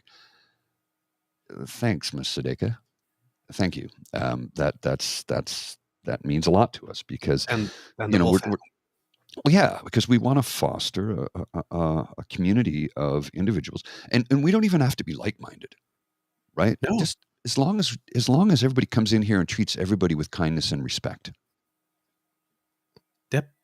That's it. Yeah. Kindness, respect, compassion and empathy can come along afterwards, but kindness and respect are the first two things. And if you have those, you can build from that. Well, it's like I keep on saying, right? Everybody on the planet, everybody, by virtue of the fact they share the planet and breathe the same air, is due a basic minimum of respect and decency. Mm-hmm. From that point, everything else is earned. That's right. But if you don't come into the room at least with that minimum, you can't be in this room. You just can't. There's certain people we don't want on the team. And if you can't come correct into the room, then turn around and get out of the room. Well, because you're going to find it very uncomfortable here. and for for the kids and cubs in the chat now who may have caught an episode or two of my ASMR channel, which is all about mental health and trying to make life better. The thing that is paramount on that particular channel is that every human being on planet Earth is welcome to join. I have 2 rules. We do not talk politics. We do not talk religion. On You ASMR, check those at the door. Yep. Check them at the door. They're not up for discussion. Any isms, leave them. You can come in it as a look, and I mean this when I say this. If you show up to the ASMR channel and you're a Nazi, if you park your Nazism at the door and join the chat and listen to try and make your life better and realize that, oh, I realize I'm a Nazi because I have serious mental health issues, you can get some help then. You can leave. I mean that sincerely. If you come in and check that at the door, I don't know that you are that person. I don't need to know that you're that person. I just want you to come in and try and get some help. That's it. That's the whole premise of the channel. Help everyone. And it's the only way I know how to do it because, I'm not a man of financial means. So if I can help anybody, and here's the other thing too. See, squirrel. Here's the other thing too. ADHD, squirrel. The thing about it is that people have come to me and said, I used to think this way, and then I actually sat and listened to what you had to say because you said it in a calm and soothing manner so that I was able to hear what you had to say. You got me relaxed, and I listened, and I realized I was wrong about a lot of things. And I'm like, I'm not trying to teach anybody a lesson. I'm just trying to help. And so much of hatred, racism, sexism comes from a place of a mental health issue of some type. Love is natural. Hate is taught. Unlearn the hate. As our good friend Unlearn 16, unlearn the things that got you to that dark place. Yep. And that's my pontificating for the day. I got to grab another cup of coffee. I'll be right back. All right. Okay, kids. Yesterday I was looking for it and I couldn't find it in my tickle trunk for some reason because it got wedged between 2 things. But today I am going to put it on. Yes, kitties. Santa Beaver's back because yesterday was Trump arraignment day. It's a raining men. Oh, I love it. I love it. I love it. The judge assigned to the Trump case has delivered some of the harshest sentences to January 6 defendants in her rulings. She has made her horror and her disgust about the day's events very clear. However, unlike certain other judges who have dealt with some of these cases, she has not torn into Trump personally as much as others in her rulings. Now, but she is the one that did make a previous decision in a case against Trump where she said, presidents are not kings and plaintiff is not president. I'm sure he loved that one. Just like I'm sure that I think the second line in the whole indictment is he lost the election. Matter-of-factly, very plainly stated. Yesterday, he did not meet that judge, though. His arraignment was before a magistrate judge. Sorry, you have something, Mr. Grizzly? How long was I gone? Is it Christmas already? Holy crap. Hey. I bring the ho, ho, ho. Not touching that. No. See, that's the problem. Everybody does. This time, I will always first diss myself. Yes, the arrangement, however, was before a magistrate judge. And this is totally luck of the draw, right? Just like in Florida, he drew Aileen Cannon again. Yes, the judge is Obama appointed, which kind of makes me happy. And it's a black woman, which kind of makes me happy as well. But there's something like 25 different judges in this one. So it was put in the hat. It was, and he happened to draw her. Hey, that's, he does the judge shopping, hoping that he'll get something, and sometimes, well, it doesn't work for him, and this time it didn't. He really wants the case to be moved out of D.C. because it's primarily a Democratic city, and he says that there's no chance he'll get a fair trial there. But I don't remember it being written anywhere in any legal documents that the manner in which the city in which the trial is going to be held voted gets to determine whether or not you get to move a trial somewhere else. This guy just keeps on inventing new rights. That's just of course, now in the room last time when it was the documents case, Trump was sitting there with his arms around himself, giving them that self-soothing hug that daddy never gave him, and he was looking elsewhere, whereas Jack Smith, special prosecutor, had his eyes laser focused on Trump. This time, apparently, it was the opposite, where it was Trump who was basically, I think it's pronounced glowering. It's a word I've only seen written. I've never heard said. So I'm going to say glowering. You got it. Glowering. You got it. Glowering. I know what it means, but I can't pronounce it for some reason.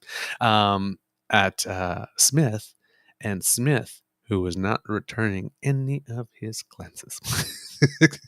So it was almost like last time he was staring you down. He said, "Oh yeah, wait, this time I'm the one who's going to be staring him down." Sorry, that was more Cartman than Trump. That was Cartman, totally. He'll give me my cheesy poops. And not give me some pie. Well, Kazimovic, he's a big bad bitch. He's big. So, yeah, it's almost like somebody told him, says, "Well, this time I'm going to stare him down." And it's like Jack goes, "I see you coming." I'm just not going to return your glance. I mean, remember, Jack Smith is the War Crimes Tribunal guy, or the International Criminal Court guy. He's been called worse by way better. Oh yeah. Now, of course, Trump, once again, and again here, you got to remember the rule that every time he says America, replace it with him, his name, his own name. Yeah. This is a very sad day for America. No, it's no. Actually not. No, it's a very happy day for America. It's a very America's like going, "Oh, happy day, oh, happy day." It's breaking out, and they got the gospel robes on. It's like, "He showed me how." Showed me how. I can't do the high notes on that one. Come on, he baby. showed me how. I can't do the high notes from that. He showed me how. Hey, Pluto! That's my Mickey Mouse. Hey, Donald. Hey, Pluto. Hey, if Mickey was a mouse, Donald was a duck. Goofy was a dog. No, Pluto was a dog. What the hell is Goofy? I don't know. But when I was young, we were so poor we couldn't afford Mickey Mouse. We just had Mickey Moose and Donald Buck. That's good. I didn't know. That's good. That's good. That's good. That's a good one. That's a good one. Write it down. That's a good one. MICKEYMOOSE, Mickey Moose. Donald Buck. It was the cheap CBC National Film Board of Canada version, right? Yes. I think we've given James a new porn name. Donald Buck. I think before it was Oral Roberts or Robert Oral. You got it, Jim. That was the pop culture reference. Yes. So, yes, this is a very sad day for America. This is a persecution. Sorry, got to do the accordion hands. This is a persecution of a political opponent. This is the persecution of the person that is leading by very substantial numbers in the Republican primary, which a judge doesn't give two shits about, and leading Biden by a lot. Yes, 43-43. I believe was the last New York Times national poll that just came out like 2 days before he said that. Yeah, sure. You're leading Biden by a lot. Mm-hmm. So if you can't beat him, you persecute him or you prosecute him. Isn't that your playbook, Donnie? You knew you couldn't beat Hillary, so you persecuted and prosecuted, and then you didn't know you can beat Biden, so you called Ukraine and said, just say he's under investigation and leave the rest for me and to my buddies, which is kind of funny because in the indictment for the current thing, there's also the person that you told, I think, yes. Oh yeah, there's the dance. We need to There's get also some Photoshop work done there, and you know what we're going to do with it, right?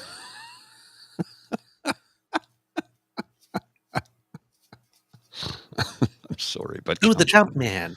on. Take your fists back and forth and move them side to side. Yo, hey, what's happening, dude? You're the guy for the rep for being rude. Do the jump man. Geez. So yeah, if you can't beat him, you persecute him or you prosecute him, which is like, jeez. Which is basically his playbook. So again, every accusation is a confession here. Oh yes. Apparently, if he gets the maximum on absolutely everything, just on the January 6th stuff, just for the things he's charged with now, before all the conspiracy stuff actually comes in, because all the co-conspirators haven't been charged yet, and all of this is like for like the lead up to January 6th and the fact that he ignored it, but it has absolutely still nothing to do with the sort of Bannon and Alex Jones and Oren Schroyer and Roger Stone part of it. None of that yet has been charged or even indicted. So I'm sure that there's a whole other section of stuff related to January 6th. And, all that stuff regarded to, because we haven't talked about it in about like 2 years, but everything with regard to his inauguration committee, where people were making tons of donations of money, probably in exchange for certain things. Mm-hmm. Like, for example, there's a person, I think it was Jared Kushner's father, when we're talking about the donations, right? Marie Kushner donated $100,000 to Chris Christie, because Mary Kushner helped Chris Christie put Charles Kushner in jail. Well, Charles Kushner, who got a pardon from Trump, apparently donated $1 million to his reelection campaign. So I guess that's what a pardon goes for. Huh?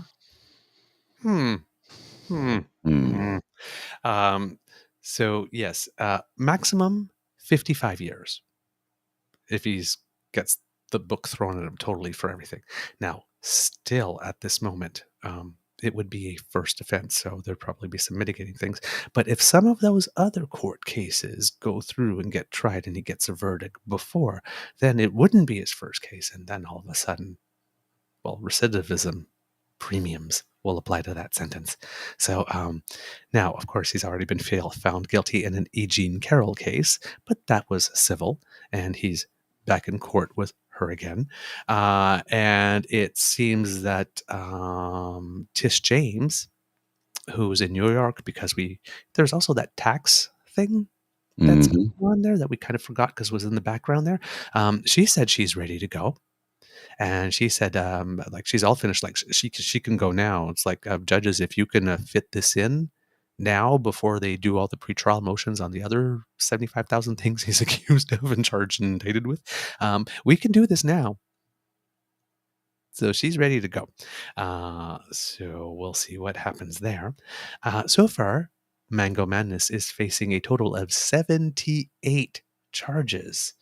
And of course, because we love to have fun here at the True North Eager Beaver, we're starting a pool. When does he hit 100? Will he hit 100? Will he cross 100? Will he hit 100? So, kids, if you got a date in mind when you think enough arraignments or enough indictments will come down that he'll cross the 100 or superseding indictments, that he hits 100, pick a date. Who knows? Might find a way to get some prizes. Oh man, you know what? You had it coming, and I know you love an extra scoop of ice cream with your beautiful chocolate cake. So much so that, when you're having a dinner party, everybody gets one scoop, but you get two when you're sitting at the table, so that everybody knows that you got two. Well, now you're getting 2 scoops with that special pie for Miss Hilly. We make a special pie for you. Where you going? That's none of your business. You don't mind that. I got some business to take care of. As she's about to get on that bus. You don't mind that. You just mind your own business. I'm doing my own thing right now. I'm gonna go deliver a pie. A special pie. I love that scene in that movie.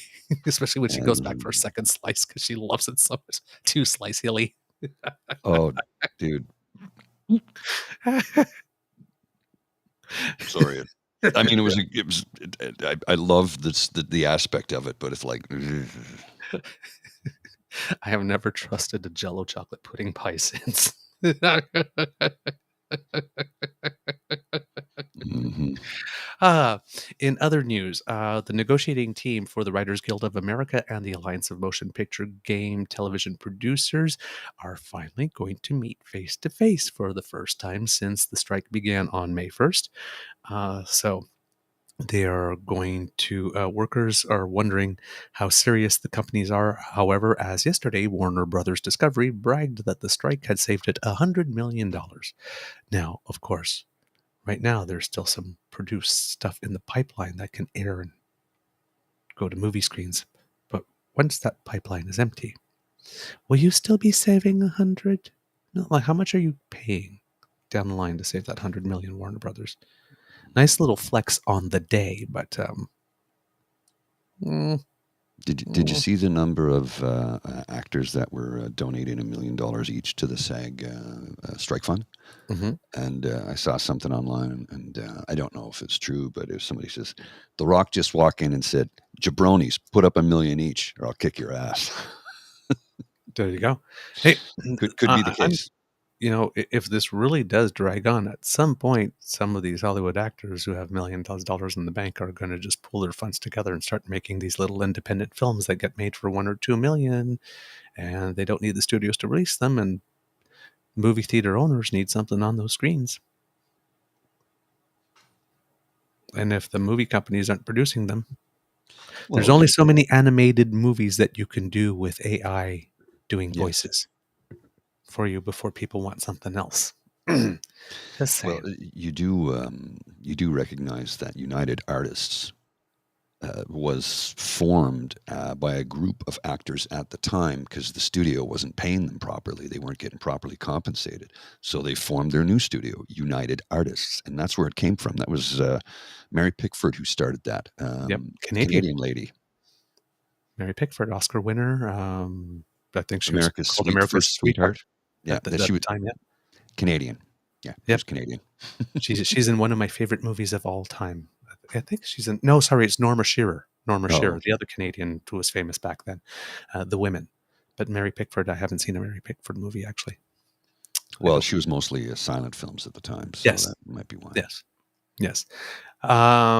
So that's going on with the writer's strike. Of course, if you're living in Toronto, I think the employees of Metro Groceries from about 27 stores are still on strike.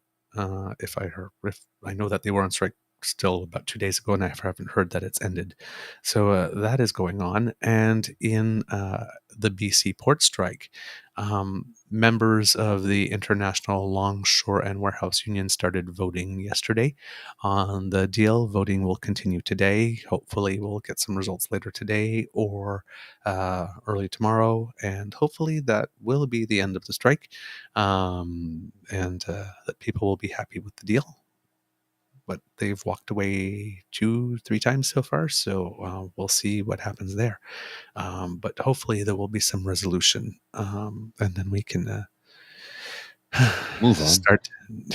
Start dealing with compensating nurses or whoever's going to be next, because it is the summer of the year of the strike. What was the headline I saw yesterday, or the tweet I saw yesterday? And I subtweeted it or retweeted it and directed it towards my MPP, Joel Harden, because I'm Centertown MPP.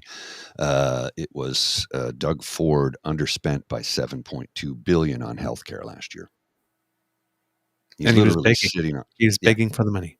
begging for the money, underspent $7.2 billion, because all that is public knowledge. It all gets released to the public, all budgetary, all that. So it's like, Doug, you're sitting on $22 billion. You underspent by 7.2. You seem to have misplaced $2.2 billion. How the hell is this guy not in prison, or at least been charged? I'm serious. How much money is he going to sit on, or lose, or misplace, or just give away to a for-profit industry before somebody says, all right, enough of this. Like, come on. This is getting to be ridiculous. They're so corrupt and they've been emboldened because nobody's calling them out on it. So now they're just doing it right in our face, which I actually welcome. I welcome it, because here's the best part, right? Thanks for giving us all the evidence we need when we bring you to trial, because you're just bragging about it now. Yeah. Yeah. So continue to brag. You know what? I think, like you, it's the same thing. It's the fact that they are doing it. It's not only the fact that they're doing it right in our faces. That's infuriating enough, but they're rubbing our noses in it. Mm-hmm. Yeah. Like we are dogs who just piddled on the carpet. Yeah. Yeah. They're literally rubbing our noses in it, and they're gleeful while they're doing it. That's the ticket right there. They're gleeful about it. I was like, oh, yeah, thank you. Continue to do so. Please continue to do so. Have your fun now. Have your fun now. Because we're watching and documenting everything, but have your fun now. I think there's a truth to what you're saying with that, Dan. I'm no financial expert, but I believe they're doing it so they can use that money to pay off debts and keep their credit rating. Yeah, that's fine, and I think you're right about that. But he could overspend in healthcare by $7.2 billion, still sit in the same amount plus we might get some decent healthcare out of it. And look, here's what he's going to do. He's going to use that $7.2 billion. We're building new hospitals, private for-profit hospitals. That's the part he won't say out loud. Yep, absolutely. And speaking of that, you might be onto something, Dan, because just a couple of days ago, the debt rating agency Fitch downgraded the U.S. credit rating from AAA to AA+, citing deterioration in governance over the past 20 years and expectations of a worsening economy over the next 3. The White House says that the move makes no sense at all and doesn't take into account current resilience of the economy. But yeah, so, for example, if you've been investing and you've been seeing the stock market, 300-point drop, then 100-point gain, then 100-point drop, that's all of the results, that all that sort of instability or big movement happened pretty much as soon as Fitch made a news of the downgrade public. So you might be onto something there, Dan. There might be taking that money and taking some and maybe making a debt payment or showing a better balance sheet or anything like that for the credit agencies. You said you don't know much about economics, but you may have nailed it there. I think so. You may have nailed it there.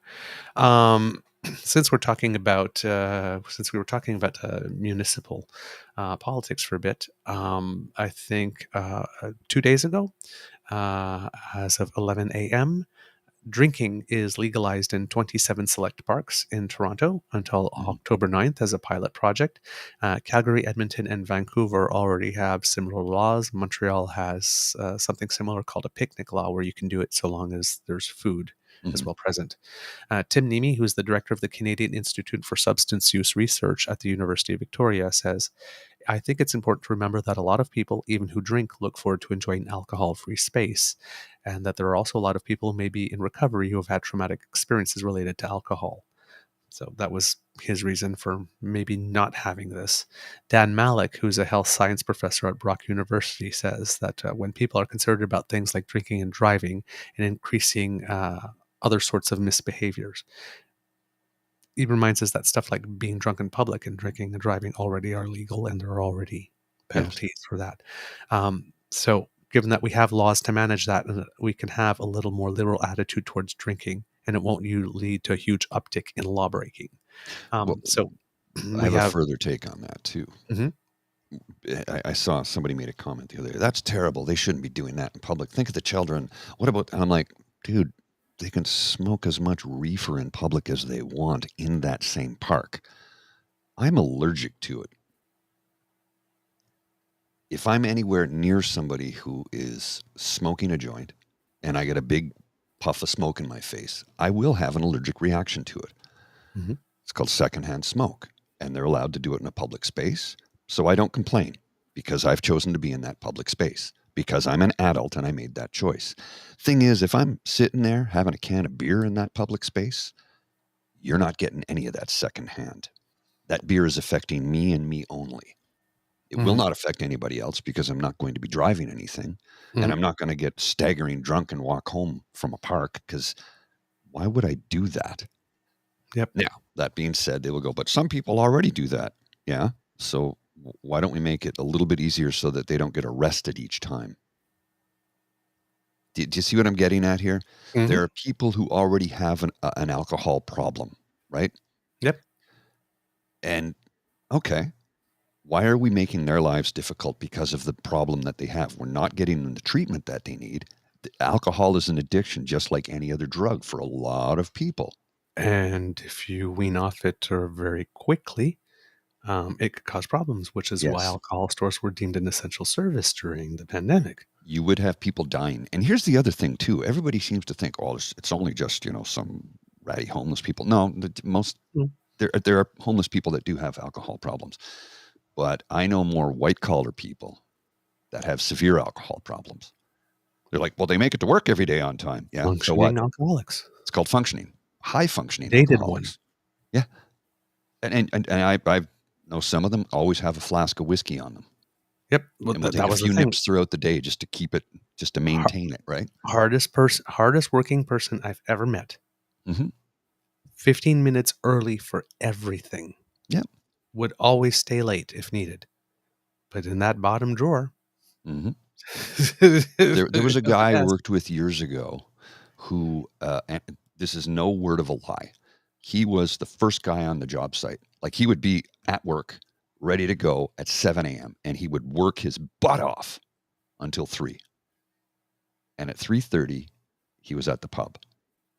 And he drank 18 to 24 bottles of Labatt Blue every night, Mm-hmm. 7 days a week. Mm-hmm. I know this because I've seen him do it. Mm-hmm. And I spent one afternoon on my birthday. We finished work at 3 on a Friday. And we went down to the Heart and Crown. We sat on the patio, July 5th, my birthday, and had a couple of drinks. I had like 4 or 5 pints, and I'm drinking 20-ounce pints of whatever it was at the time. It wasn't Guinness because it was July 5th is usually a super hot day. And I watched him drink 20 bottles of Labatt Blue. And I'm not kidding. And I was like, holy crap. And he does that every day. Now, did that every day. 8 years ago, he just said, that's it, and quit. Cold turkey, which could have killed him. It could have killed him, but it didn't. He said he had a few rough weeks, and I bump into him every now and then. And his wife passed away recently, and he's got some health issues, but he hasn't had a drink in 8 years. Nothing. Now he said he's trying to quit smoking now too. So, because after his wife died, he was a little aimless for a bit, and I thought, he's going to go back on the sauce. No, he didn't. He stayed sober and he committed to it. And well, he was one of these guys, like you say, the hardest working people who often have severe alcohol addiction, severe alcohol problems. When they decide, if they make a decision to quit, they never go back. Mm. They apply their same ethics that they have for going to work and busting their butt every day to not drinking. Yep. And I've seen that I'm sure you have too, with a lot of people. Oh, yeah. And as we stated earlier, a lot of white collar people, especially in this city, because they work, if you work in the federal public service, if you are a member of parliament or work, in the office of a member of parliament, not necessarily directing it towards an MP. Okay. I want people to understand that. But if you work in the office, the crazy hours they all put in. Mm-hmm. And they oftentimes have a few drinks. And some MPs know that their staff is having a few drinks and they don't drink, but they don't crap on them for it. It's how they cope because they work 80 hours a week. So, and who am I to judge? Who am I to judge? Everybody knows I like a pint. I like a whiskey. I like a wine. I do. I Mhm. can also go weeks and months without drinking any of it, but I don't have an addictive personality. So I'm very fortunate in that respect. Not everybody is that fortunate. I am fortunate. It's, when my doctor said, okay, you're going to start on this new medication, can't have anything to drink for 6 weeks. I go, how about 8? He goes, what? I go, how about 8? He goes, you can just do that? And I go, yeah, it's simple. You told me not to. I won't do it. Mhm. I'm pretty good at following military kid, right? Follow orders. It's not difficult. Don't do Yep. this. It's bad for you. Okay. Yep. Yep. Yep. Yesterday on the show, you talked about briefly, because we had to close up, the fact that Facebook and Meta Mhm. are now pretty much going full tilt on their threat to throttle Canadians from getting news via their sites. Oh, I don't you got care. that? Oh, pardon the interruption, but Mateo just walked in and saw your hat, Douglas, and absolutely loves it. He's sitting beside me and is all giddy, waiting for me to type this. Hi, Mateo. Hey, little buddy, Good what's up? morning, man. How you doing? Yeah, it's my special hat. I'm very, very happy today because somebody who deserved a very, very, very, very big Christmas present got it. He got it a little late because it's August, it's not Christmas, but he should have gotten it at Christmas. And yeah, so we're just celebrating because somebody got the perfect Christmas present that they deserved. So you should be happy too. Trust me, it's going to be good for you. I hope that you have a wonderful day full of play and being good to your mom and dad, right? And your sisters, That's right. right? Have fun, my man. All right, Mateo, you have yourself a wonderful day, my little buddy. Yeah. Yeah, we have all the kits saying hello to Mateo as well. Yay, Mateo, and Mateo with little hearts, and there's Kit Mohan laughing. So here, We love us some Mateo here at the Beaver Lodge. so this comment, sign it and auction it for a donation to Toy Mountain. Here's the thing, Dan and Mr. Beaver. My friend runs Toy Mountain. Yeah, good buddy of mine. So let's partner We up with them around Christmas time next year. I will Yes. reach out to him later today and say, listen, we're this is what we'd like to do. I think my main charity is Cornerstone Housing for Women, which will continue to be. And I've the president or CEO reached out to me, sent me an email recently to say thanks for the efforts in the shave, the Great Shave charity fundraiser. And I said, yeah, don't worry, there's more money coming. I've heard from a few people who have committed to donate. They just have to work out their schedules and budgets. And I'm like, he's like, well, thanks. So that'll be that's my main charity because they do a lot of very important work in the community that I live in. And again, where does democracy is something you do it starts in your community from the ground level, right? So that's in the ground level. But Toy Mountain, which is a larger charitable function that helps out kids all around Ottawa, and I think they have it in Toronto too. Please correct me if I'm wrong. But my buddy runs it here in town. A really good friend of mine. We've been friends for 30 years, I think. So I'll reach out to him and say, listen, we'd like to partner up with you to try and help you out this year, just to really promote it as much as we can. So I don't know Ah, what else we can do beyond that, but I'll figure out something. I'll yep. figure something out. And again, as a foster kid, I've benefited from Toy Mountain. Mm-hmm. I received toys from Toy Mountain. So yes, I totally, totally support. Yep, that's good. We should definitely do that. Miss Sadeka says, Mateo heard Christmas gifts and now he wants some. Apparently, Mateo is a pirate today.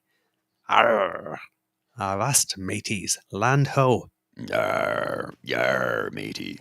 Yes. Yes, you have a better Arr, Billy, you bend have a over better and pirate take. voice than I do. Remember Captain Hindgrinder. Arr, Billy, bend over and take a look at the wheels on the side of the boat. But Captain Hindgrinder, there are no wheels on the side of the boat.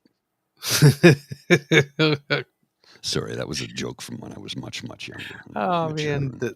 that's why I was making the joke the other day when we said that there was lots of movies about products like BlackBerry and Lego, as I couldn't wait for the Highliner movie. I always wondered what happened to Billy. Yar, Billy.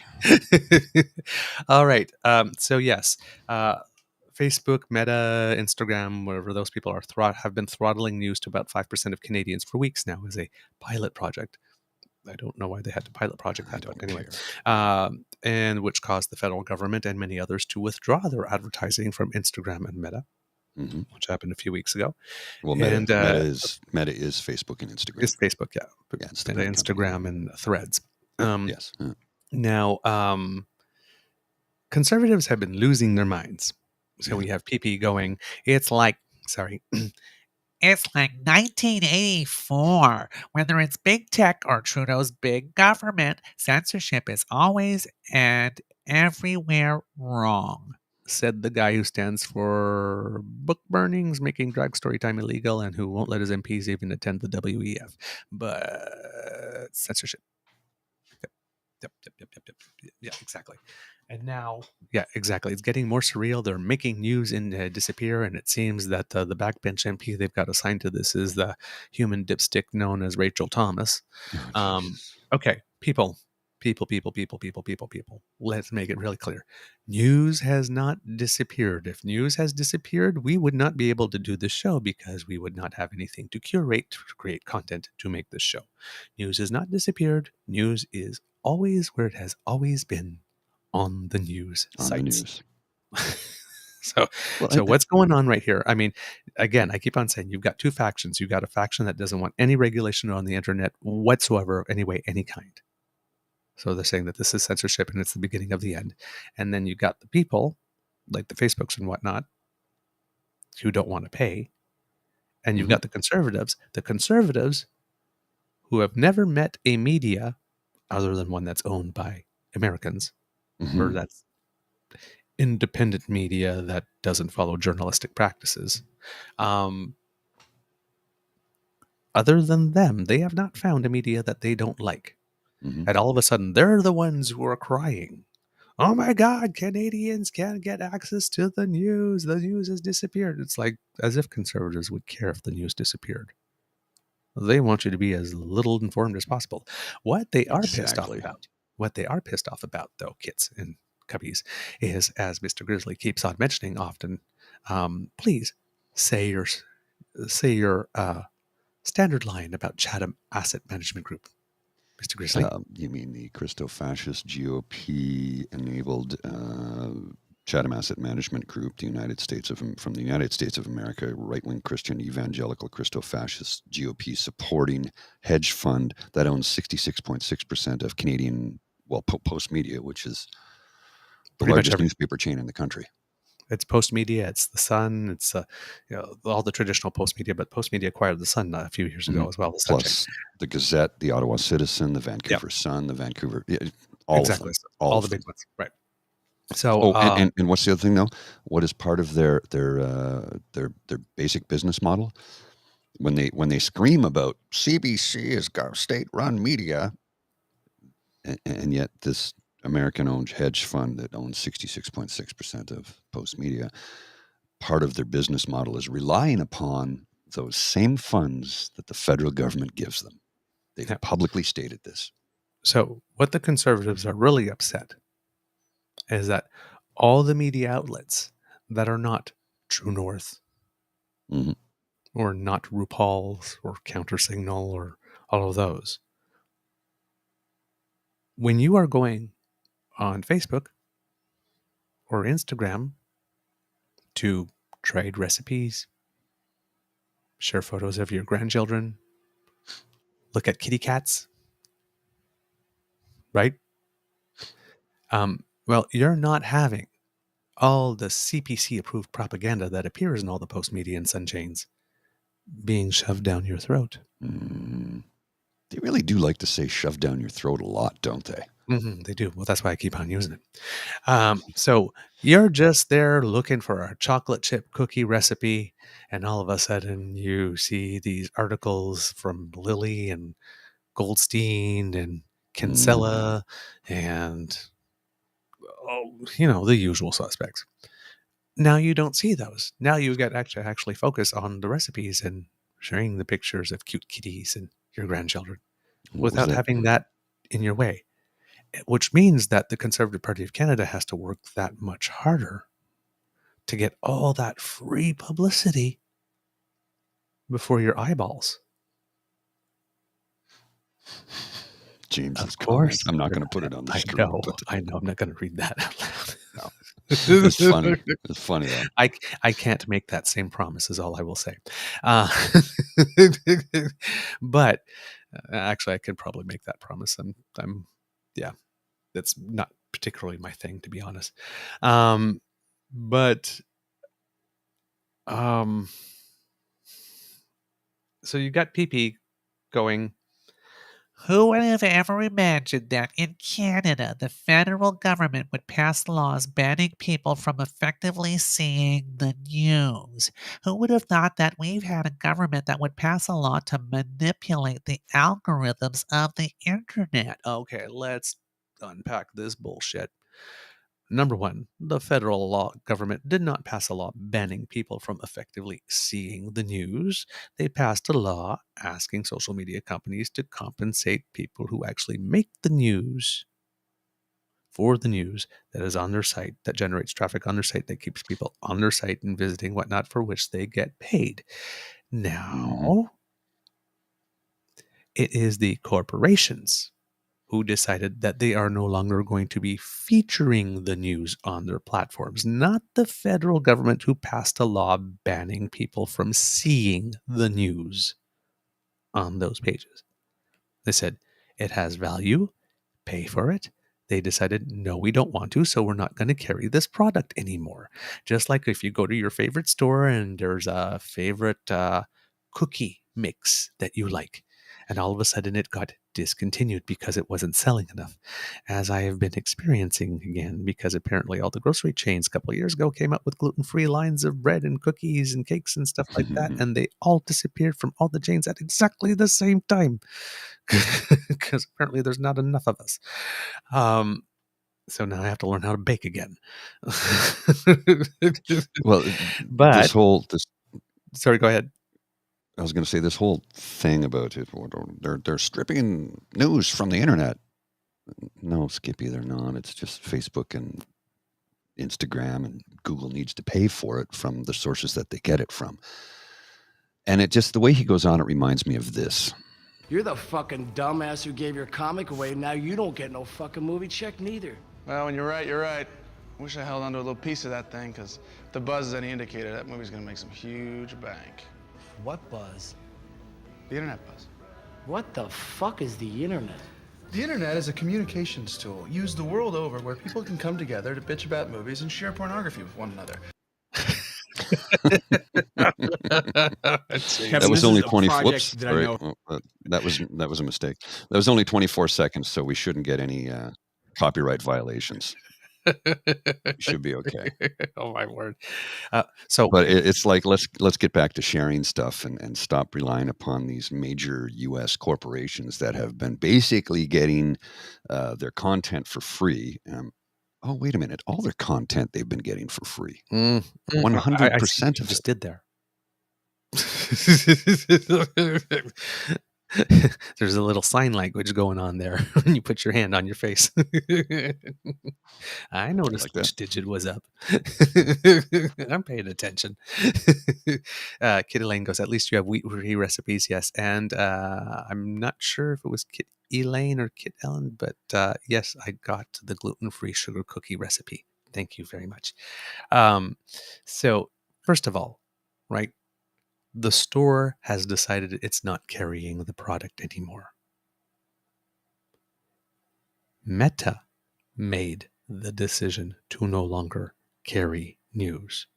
The federal government did not pass a law banning people from seeing the news. No. That's an outright lie. Once again, not just mis and disinformation, but complete, total, and utter bald-faced lie. Here's something happening that you're going to notice, and we're going to pre-frame this by telling you what it is and whose fault it is, and none of it's going to be true. The second part, and so many people will swallow that hook, line, and sinker. And then the second part of that statement is, who would have thought that we had a government that would pass a law to manipulate the algorithms of the internet? No, Poodle. The algorithms are the manipulation. If these companies would just put the news that came on in the order that it was posted, and just let that be, instead of saying, hey, you watch this a lot, let's feed you more of this, or hey, we see that you're watching a lot of this and we'd rather you watch this instead, like Elon is doing with his For You section, putting all these people that I would never share a room with like this, saying, hey, we've looked at everything that you've posted through the like 12 years you've been on Twitter, and we've decided that this is for you. It's like, have you freaking met me? Yeah. Well, this but that's the point, right? It's putting that content right in your face, shoving it down your throat, making sure your eyeballs see it, and maybe some title, something will get you to click on it, and then you will go down that rabbit hole. Because that is the object. It's literally the pusher on the corner giving you your first taste for free. Yeah. Well, and the whole thing that, and we've talked about this in the past, the whole thing about this, you need to reimburse the sources where you get your news. Goes back to the argument that local television stations presented to the CRTC, I'm not sure how many years ago it was now, when they said, okay, cable and satellite companies need to start paying for our signal. We agreed in the mid-1960s, when cables became a thing, that we would let them take our signal for free, redistribute it, because they had to pay a lot of money to get their system and network up and running. They've been getting it free for 40 years now. It's time to pay up. We will no longer allow them to have our signal for free. They need to pay us, because they're getting free content and then reselling it. I'm like, that's 100% margin. That's a pretty good racket they've got going. Like, to get a basic package. So on my service provider, who I'm not going to name because they're not paying us. My service provider, my internet service provider, has a television package, and I pay $20 a month for it. And I'm trying to cancel it. I can't cancel it online. I have to phone them to do it. Where they're going to tell you that they're very happy you called and you're a very valued customer, and please stay on the line until your firstborn is delivered. And it's not a major carrier, by the way. It's a small company, and they've been very good to me. They honestly have, and this is my only issue I have with them. It's like, I want to cancel this service, I can't do it online. I have to call them. That's my only issue, because when rates changed and their costs went down, they actually sent me a rebate and lowered my bill. So good company. But this is the one area I have with it. I want to cancel it because I don't use it anymore. And the only reason I got it was so I could watch a couple of local news feeds, and I'm like, but you know what? I have rabbit ears. I can get all the local news feeds over the air for free. Yep. And I got this I think it's like 35 channels. And it's ABC, NBC, CBS, PBS, Fox, Radio Canada, and a few different Quebecois stations, along with CBC and about 25 different CTV affiliate feeds, where 8 of them are playing the same thing at the same time. Come on, man, that's not choice. It's the same shit. Yeah. So I just want to get rid of it, because it's a waste of money as far as I'm concerned. Yeah. So, and the CPC complaint about the algorithm, as we've been learning through the Cambridge Analytica stuff and all that kind of stuff, the algorithm is biased towards showing us conservative content and content that fuels negative emotions, or that solicits big emotional reaction. So, and this comment from Jillian, I've actually done that to get rid of a few different online subscriptions I had to different newspapers, because I couldn't cancel online. I had to call them. In this case, I can't do that because it's my internet service provider. So if I do that with them, I lose connection that we're relying upon to do this show. Yeah. So, but I hear you, because that's how I got rid of I signed up for Globe and Mail and Torstar a few years back, and it was like 99 cents a month or something. What I didn't see in the ultra fine print was that after 3 months, it goes to $29 a month. And I'm like, whoa. You're not delivering a physical product to me. If you were delivering the paper to me on Saturday, okay, no problem. But that's not the case. So I want to cancel. Oh, you can't cancel online. You have to call us. No, I'll just change my payment method to a prepaid credit card, and I won't put money on it. And they'll keep trying to build. If you don't, we'll cancel you. And they did. They canceled me. Good. because that's what I wanted. Yep. It's the workaround. Yep. But in this case, I can't do it. Yep, absolutely. So, yeah, basically, conservatives are complaining that they now need to work harder to get their propaganda in front of your eyes, That's and what it they is. are complaining about changing algorithms because right now the algorithm really favors them. Yeah. They don't want the last thing conservatives would want is an internet like a sort of Facebook or Twitter that actually shows you the things in the order that they were posted without any sorting of any kind. That does not help them. They like the algorithm the way it is. Okay. So, and we all know that the algorithm the way it is not good. Why do the conservatives want the algorithm to stay the same? Again, Because it whenever you benefits hear them. these interventions, the two questions, the two BS detector questions is, what's the motive? Who benefits? What's the motive for the complaint?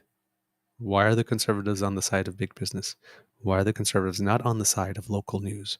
Why are the conservatives not on the side of funding news? Why are the conservatives not on the side of changing an algorithm that we all know is disruptive and destructive? Why do conservatives who don't care about the news suddenly care about you getting the news? It's because it's their platform. It's because it's their platform that's being affected. All the I work just that they sent you. put into getting the things as it is right now, because that may get upended, and that's why they are upset. That's I why just they are sent you a upset. DM on the Twitter, sir. Have a look at it when you can. Pardon? Whether or not you want to get into it is up to you. I sent you a DM on the True North. Oh. If you want to have a look at it. Okay, I will. There's a bit of a thread. Whether or not you want to deal with it on the show is up to you. I just thought I'd send it to you so you could read it, because it's just like, what the hell is? It's a very strange little thread that I don't fully understand. So I'm like, okay. Oh no, sure. no, none of that. No. None of that. No. Yeah. Any stories Like about speculation about what the separation, when it started, what the real reason, whatnot, you don't know. Well, if you go all the way through the thread, you see down at the end, if you got to go through his thread, he's saying it isn't real. He's saying the separation isn't real. No. At worst, no, but here's the thing. We talked about it yesterday.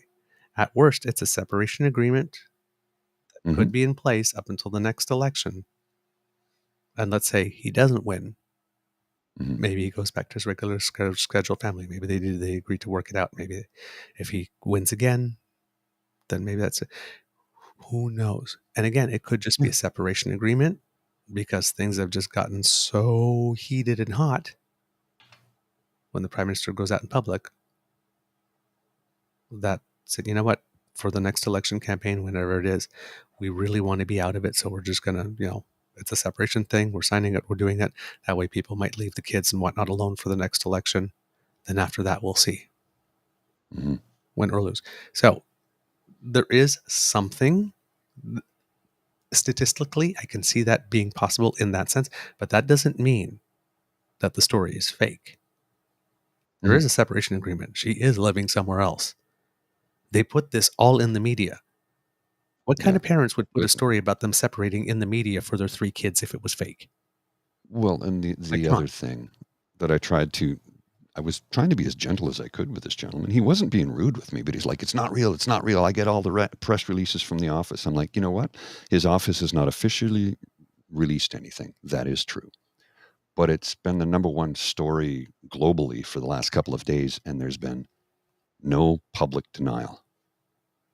Nothing. No comment, zero. Yep. Now if it wasn't true, wouldn't you want to come out and say, no, this isn't the case? Right? So the thing is that my thing is you can only know what you show, what you can show. None of us know. Not like somebody went and gave an Oprah interview and opened up their heart and said everything that was going on. We don't know. Nobody knows. The media doesn't know. None of the other politicians know, or if they do, they haven't said, but there is absolutely nothing that exists in the public domain to let us know one way or another the reason why, what motivated, nothing. We don't know. So all of y'all and are just as talking Mohan out of your says, asses. And again, Xavier, 15, Ella Grace, 14, Hadrian, 9. They can read. mm-hmm. Stop it. Stop it. You having an opinion on what may have caused the separation, is it real, is it not, like, adds absolutely nothing of benefit or value to your life or anyone else's. It does not pay your rent. It does not buy food. It does not stop your children or you from taking ill. It is a worthless use of your time. And Stop mental it. capacity. Just stop. Just stop. Not worth it. You don't know. All you're doing is you're confirming to everyone who's watching you, again, that you basically speak out of your ass and don't know what you're talking about. And you do it with certainty. Just, yeah, come on. Yeah, Kid James, I was trying to remember when I felt so bad for the kids of a public figure. It was Rob Ford. Imagine having to read the news when that was happening. Oh, yeah. Uh-huh. Just, we tend to look at people that are public figures like they're out there and they're untouchable somewhere, or anything that we have to say about them will not reach them and can't hurt them and can't. It's like, and then we hear all these stories about like politicians after like one term or whatnot. The Catherine McKenna's like, you know what? Sorry, that was one climate Barbie too many. Mm-hmm. I'm out of here. Yeah. Well, and you know what? She said, I can do more in the private sector than I can in the public. And according to the recent track record I've looked at, she's been absolutely bang on about that. Yeah, absolutely. Absolutely. All right. A couple of other things that we have for you, kids and cubs. The National Bank Open will be starting this weekend. I'm a big fan of it. Unfortunately, we did not get the accreditation, so I will not be able to get to cover it live. I'm kind of sad. This year for the men, however, it's going to be a little less of a star cast, as Denis Shapovalov, Canadian, is out with a knee injury. Felix Auger-Aliassime will probably play, but he still seems to be recovering from an injury because he lost in the first round in Washington as well. And he's the number 12th ranked player in the world, but he's been losing a lot the last 3 or 4 months. So there's an injury there too. Novak Djokovic, or Novak's Djokovic, said he's not coming because of fatigue. Nick Kyrgios, the bad boy of tennis that everybody loves to watch because he's so entertaining, he's not coming. Neither is Pablo Carreño Busta. So some big stars will be out. But the depth is so... The depth is so deep. I don't have another word. The depth is so immense. I hate it when I start like with a word like that, like depth. The depth is so deep that The Shining was so shiny that Challenger trench deep. Gee, give me a thesaurus. But yes, there's good depth, so there will be lots of entertaining stuff there. There's no need to worry about that. Let's see, what else did we? I have 2 quick hits for you. Okay, sure. This is, you know that we had a pretty heavy-duty storm and tornadoes yesterday, right? Right. Well, Equinel, which is a community near Kempville, which is south of Ottawa, photo of a home that was struck by lightning yesterday before 5 a.m. It's on the screen. It looks like the lightning bolt hit the upper story of the house, and it is burnt badly. Wow. Yeah, that's rough. So that's the first thing I had for you, and then the second thing, I think you're going to like this. This is good. This is. It's like, here's the thing. It's like, I know what you're trying to say, but you've gone about it in the wrong way. I'm just going to put this on the screen for a second. And it's a sign. I guess it's posted against a tree or something. It says, if you don't teach your child to obey Jesus, the devil will teach them evolution, sexuality, psychology, and witchcraft. What? And the comment on that was, wow. I had no idea Satan was so knowledgeable and generous with his time. Sorry. Hail Satan. I didn't know Satan taught psychology, evolution, and sexuality, let alone witchcraft. Like, Holy crap. That was my whole university program. was it witchcraft? No, but the University of Ottawa apparently has a 101 course that's the occult, witchcraft, and something else, and apparently it's the most popular course on the entire campus. Even more popular than Philosophy 101, which you have to take. It's like, yee, boy. Let's see what else. Oh, other good news. The Canadian 4x100 men's relay team who competed at the Tokyo Olympics, yes, finally got their silver medal. So Aaron Brown, Jerome Blake, Brendan Rodney, and Andre DeGrasse have their upgraded medals. Hopefully we can put a picture of these fine gentlemen up here for them. Yes, there we go. There was a British team member who was eliminated from their race due to a doping violation, which means that the Canadians who had originally finished in the bronze position got upgraded to the silver.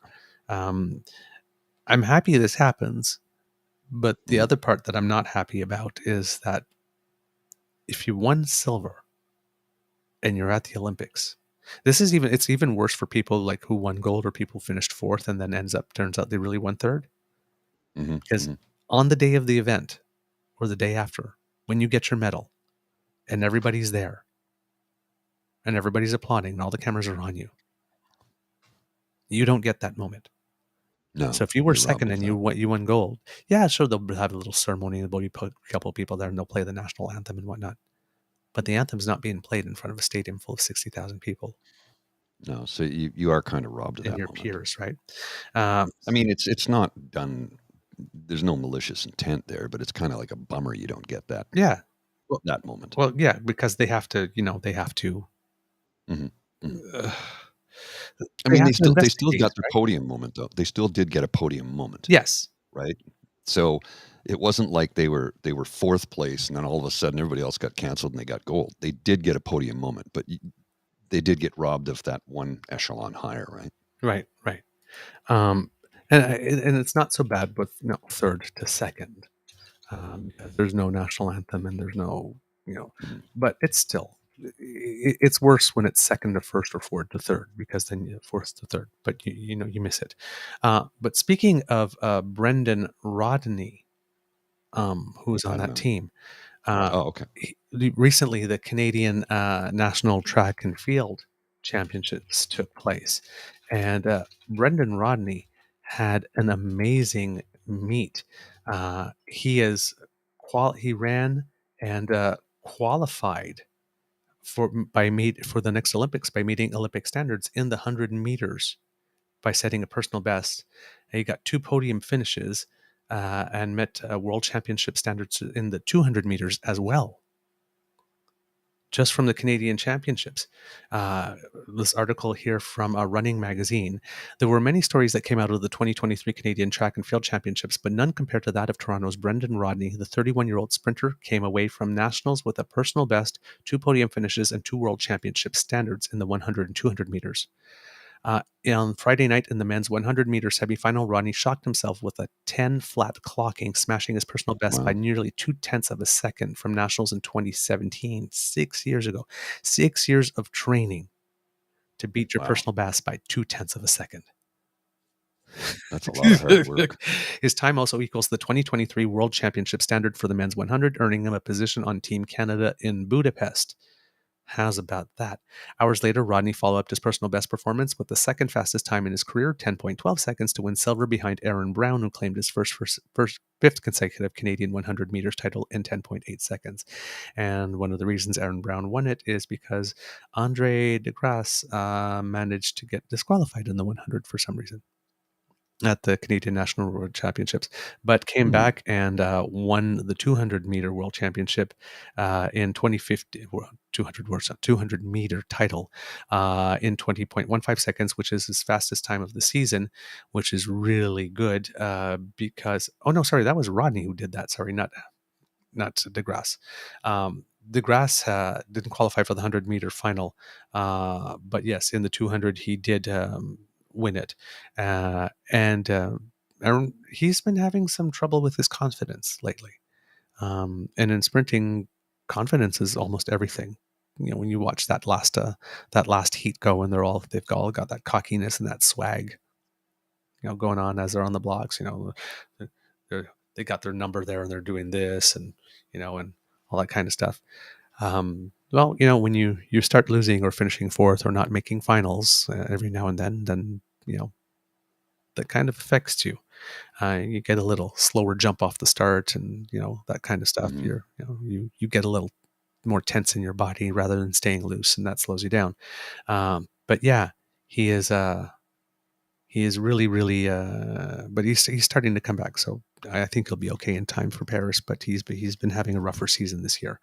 Rodney expressed gratitude for the quality and depth of Canadian sprinting. Quote, Andre, Aaron, and I have been doing this for 8 and 9 years now. We love competing on home soil and are motivated by each other, wanting the best for one another. So, yeah, way to go, sir. Qualifying, meeting Olympic standards, World Championship standards. This seems to be your year.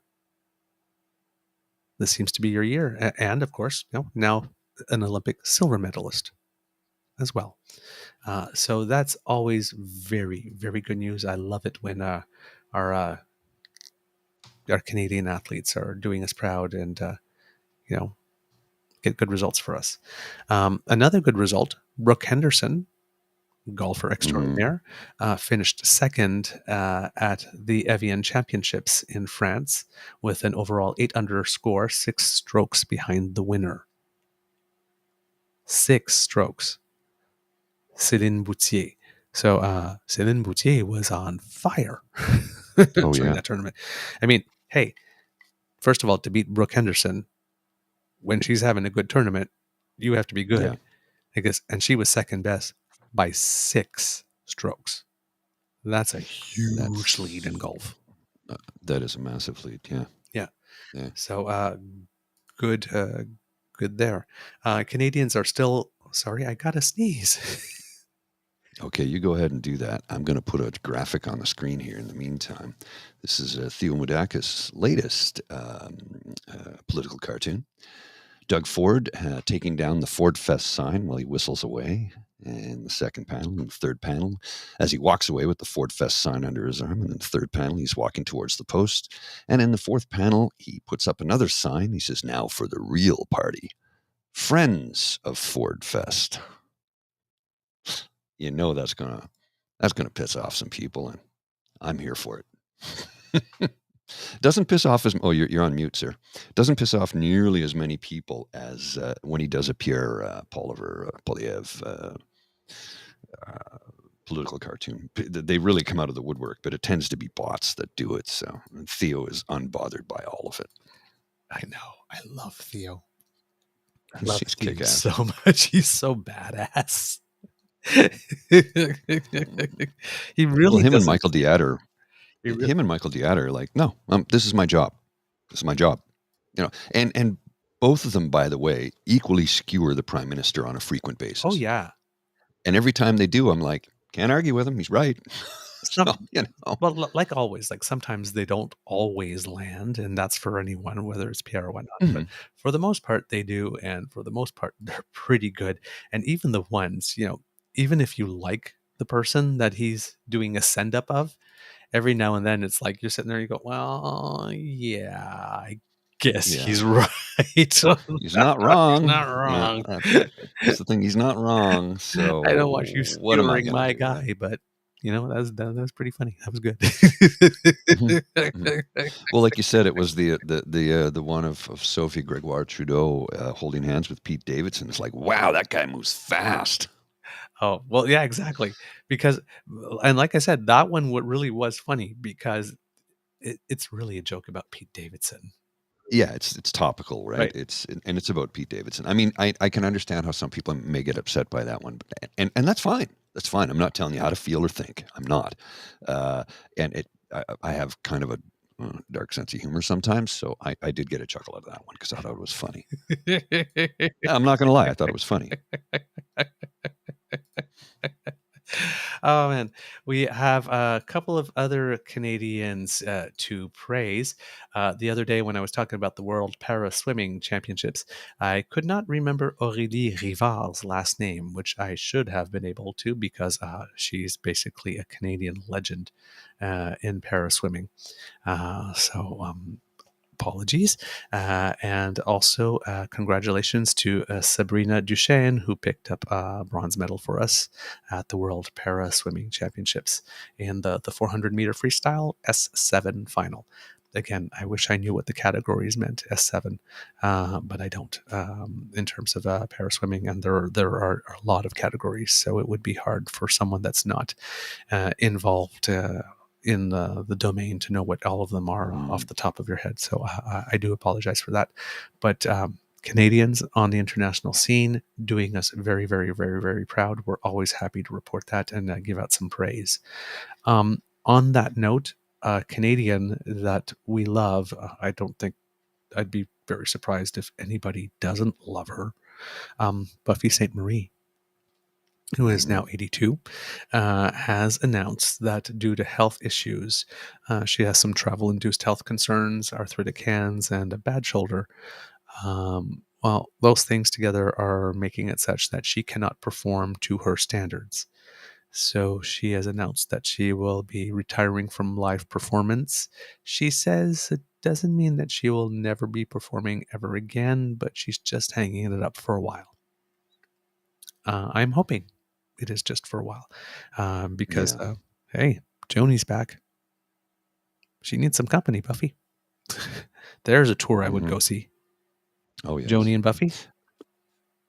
Hell yeah. I've got a quote here I want to read to you because this is related to Doug Ford and his Greenbelt highway.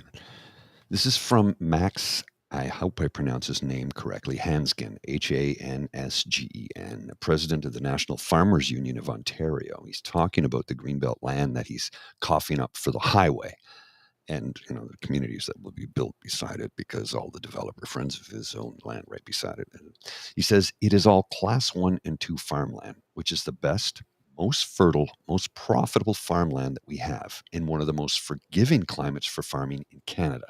So yes, it is very special and critical to the food security of people here in Ontario.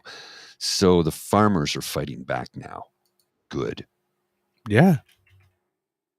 Yeah. Good. Absolutely. Absolutely, yes. That's what we need. Farmers, the Indigenous community, environmentalists, all of them.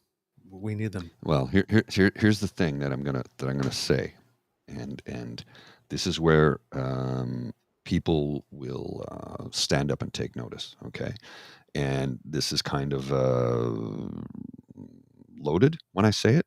You'll understand in a moment. But when you think of farmers, usually you're not thinking of people who do not look like me, right? Mm-hmm. Usually farmers tend to look like me, tend to be old white men, tend to be. I mean, that's been the face for a long time. That's not the case. I mean, they're diverse farmers all over this country. But when a bunch of old white men stand up and say, hang on a second, that's when mainstream media takes notice. And that's when political people really take notice. I mean, they're still not doing a damn thing for the landfill in Manitoba that they said it'll cost too much money, but they spent millions of dollars to find one white guy. So, when a bunch of old white men stand up to the government tends to pay attention.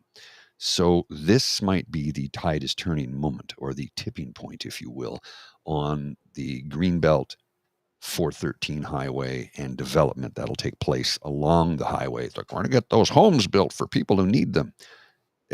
Doug, the only people who can afford those homes are upper middle class and wealthy, because you need a car. There's no transit. It's out in the middle of nowhere. Now, I'm being ridiculous when I say that, but it's far from any sort of public transit system. Who's going to buy those houses? Well, it's not going to be, as Dan said earlier, people on ODSP or Ontario Works. Mm-hmm. And those houses are being developed for profit. So it's not public housing. So Doug, once again, you lost the plot. I don't think you ever had it to begin with. But now you're coming up against farmers. I think you're about to find out you're in for a fight. And it's a fight that you will not win. You made an accidental pun. I know. Oh, it wasn't an accidental pun. Nope. You lost the plot. I like It wasn't that. accidental. I like that. I like it. I love it when you slide those little things in there. I love it. Yeah. I see what you did there. I see what you did there. Ah, very, very, very skilled, Mr. Grizzly. Very skilled. Thank you. We are expecting Statistics Canada to deliver the jobs report today. Where it's expected that about 25,000 jobs will have been created in July after a stellar June that reported an unexpected 60,000 jobs. However, we're being told that the number of job vacancies is now at its lowest level in 2 years. Ted Mallett, an economist at the Conference Board of Canada, says, if you're employable, you'll be able to find a job in most categories, but it may take a little longer to find the right one. Generally, the economy is in for an extended period of slow growth. We think that for at least a year. And the ratings agency Fitch, who we were talking about earlier, that had downgraded the U.S.'s credit rating, is also on the record as saying they see a recession happening by the end of the year, even though a lot of people are saying, like the U.S. Fed, for example, that it's probably not going to happen. So again, economists never agree on anything. So, I mean, in just an update, small little one, because we've been talking about him, Andrew Tate, really, but Taint. Andrew Tate not going to be going to jail. Perineum. He's been released from house arrest with judicial controls. So just, yep. He had been in a house arrest all this time, so now he has judicial controls. But he is still accused, along with his brother and 2 other women, of setting up a criminal organization used to traffic and sexually exploit women. And I hope he gets everything he has coming, because he deserves it. Yeah.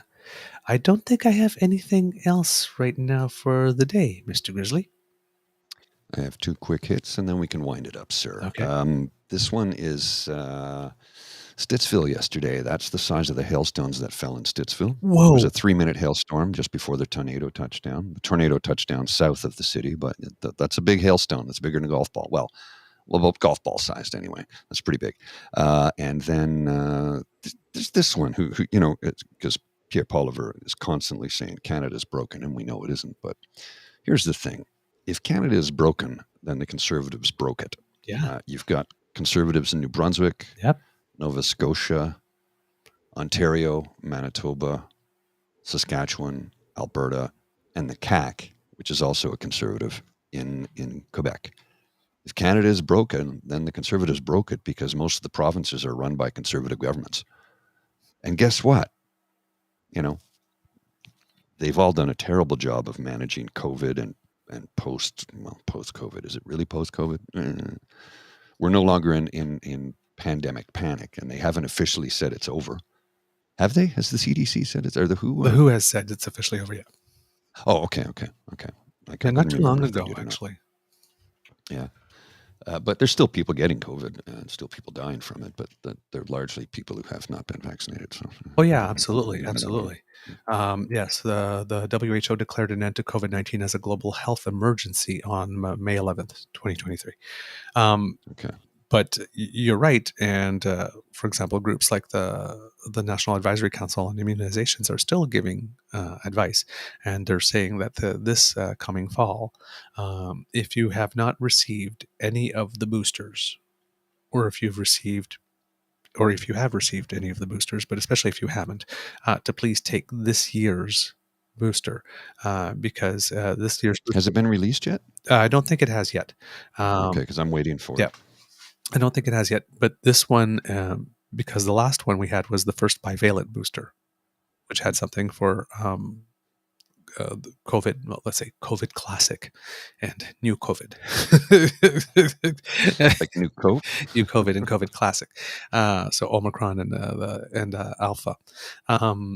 But this is an improvement on the one from last year that includes more strains, various strains of Omicron. So yes, if you, like I said, this would be shot number 6 if you got all, if you've collected them all. So, but to be sure to get to this one, because this one is the one that will offer the most protection, particularly if you haven't had a booster or at least last year's bivalent. So I'm just looking at a page here from the Government of Ontario, last updated July 28th, 2023, for COVID-19 pharmacy vaccine locations. So I don't know if it's the new shot or what, but I'm going to take a look and see if I can.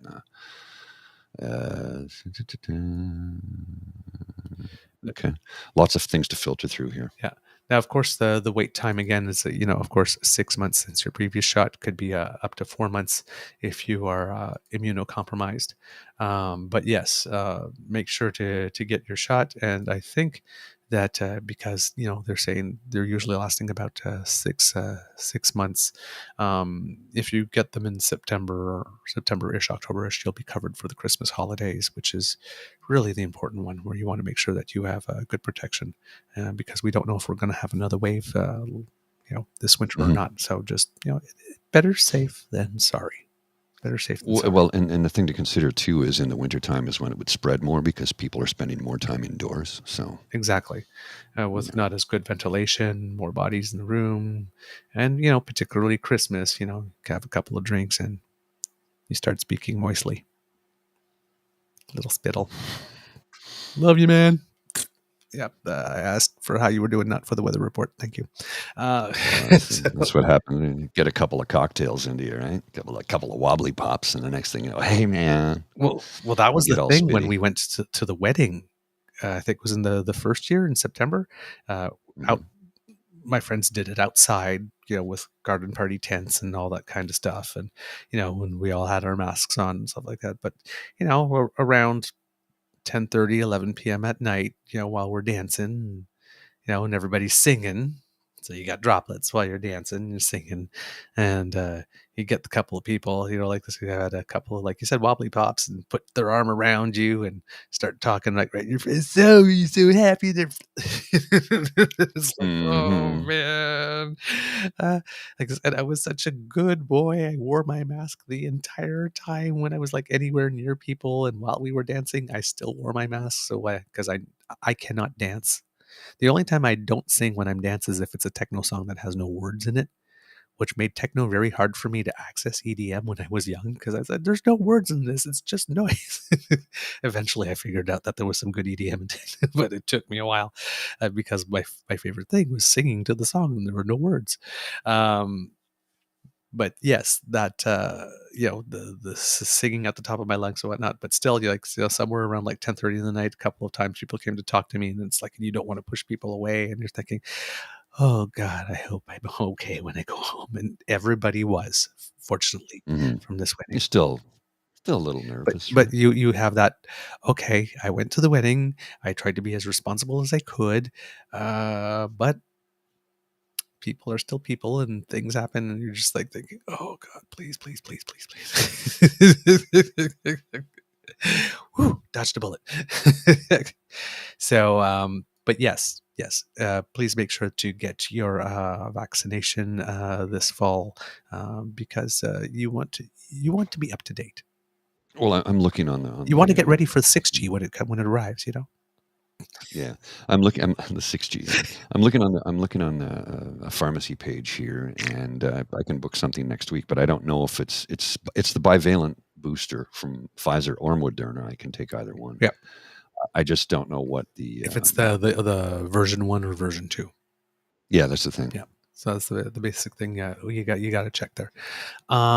One last little note that I have here, because we had the World Swimming Championships last week, and yes, there are all the individual medals, but there's also a team trophy, because there are points for every race. I think the top 20 or something, or top 16 get points, and then they add them all up. So the United States won the points race. Australia finished second, but Team Canada was 5th overall.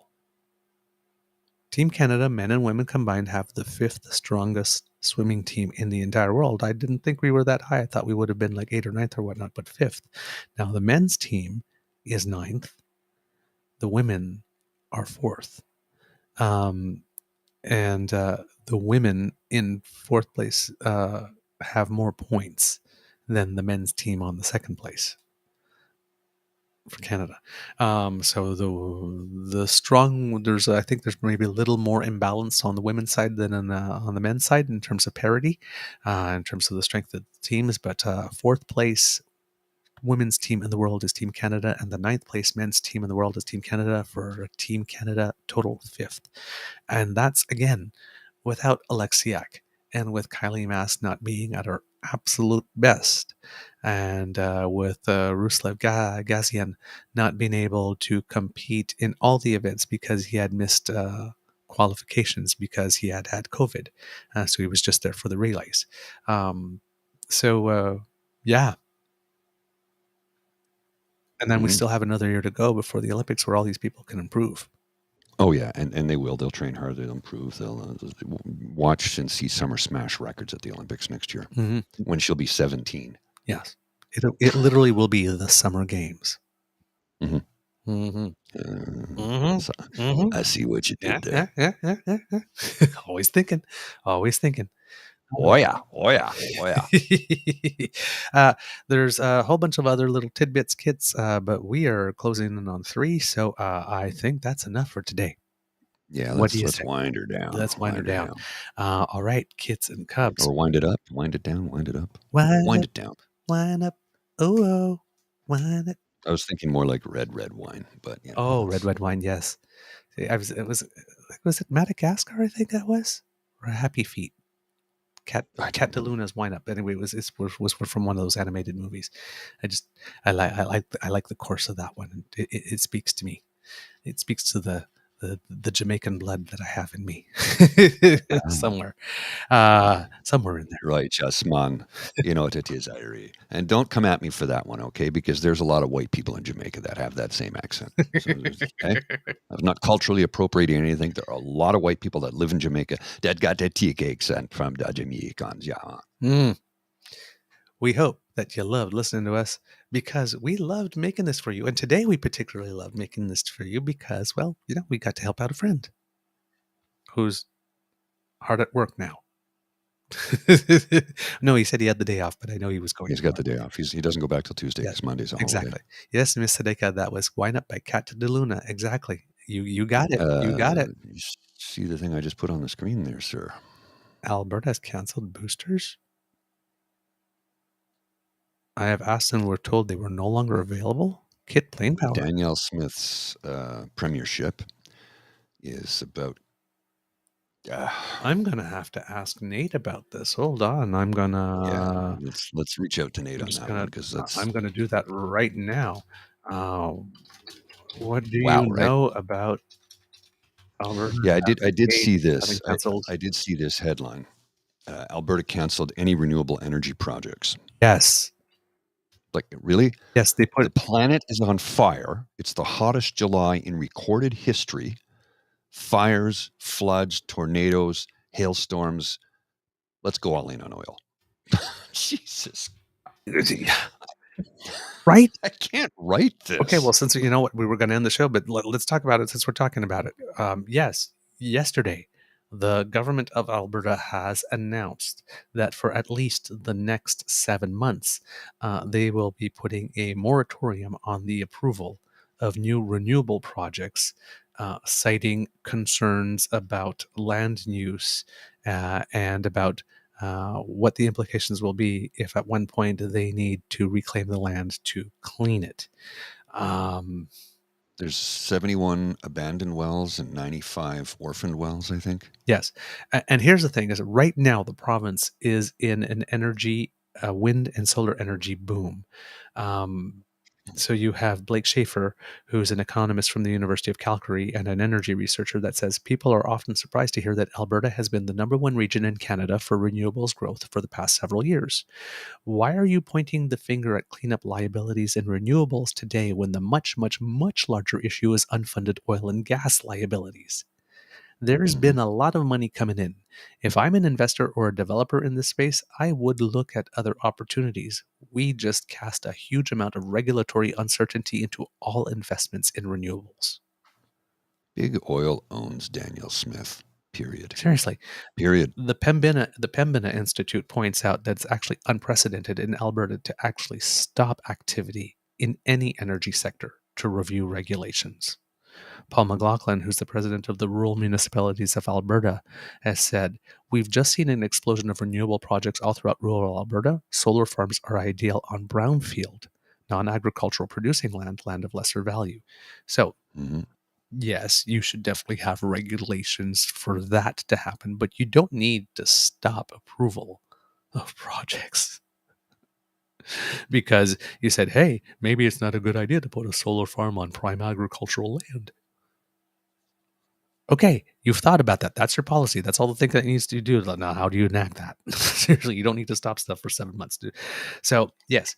And meanwhile, of course, these are the people that are paying tons of money, that are asking Ottawa to give money so that there's abandoned oil wells that have just been abandoned, and then there's the orphaned ones.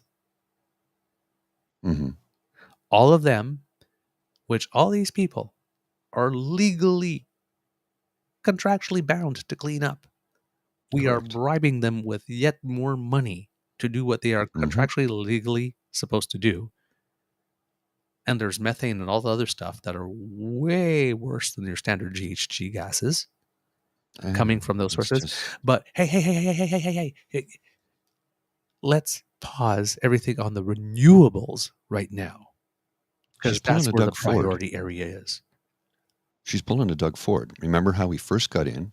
He canceled he canceled agreements we had in place for renewable energies, and he tore up the charging stations for electric cars.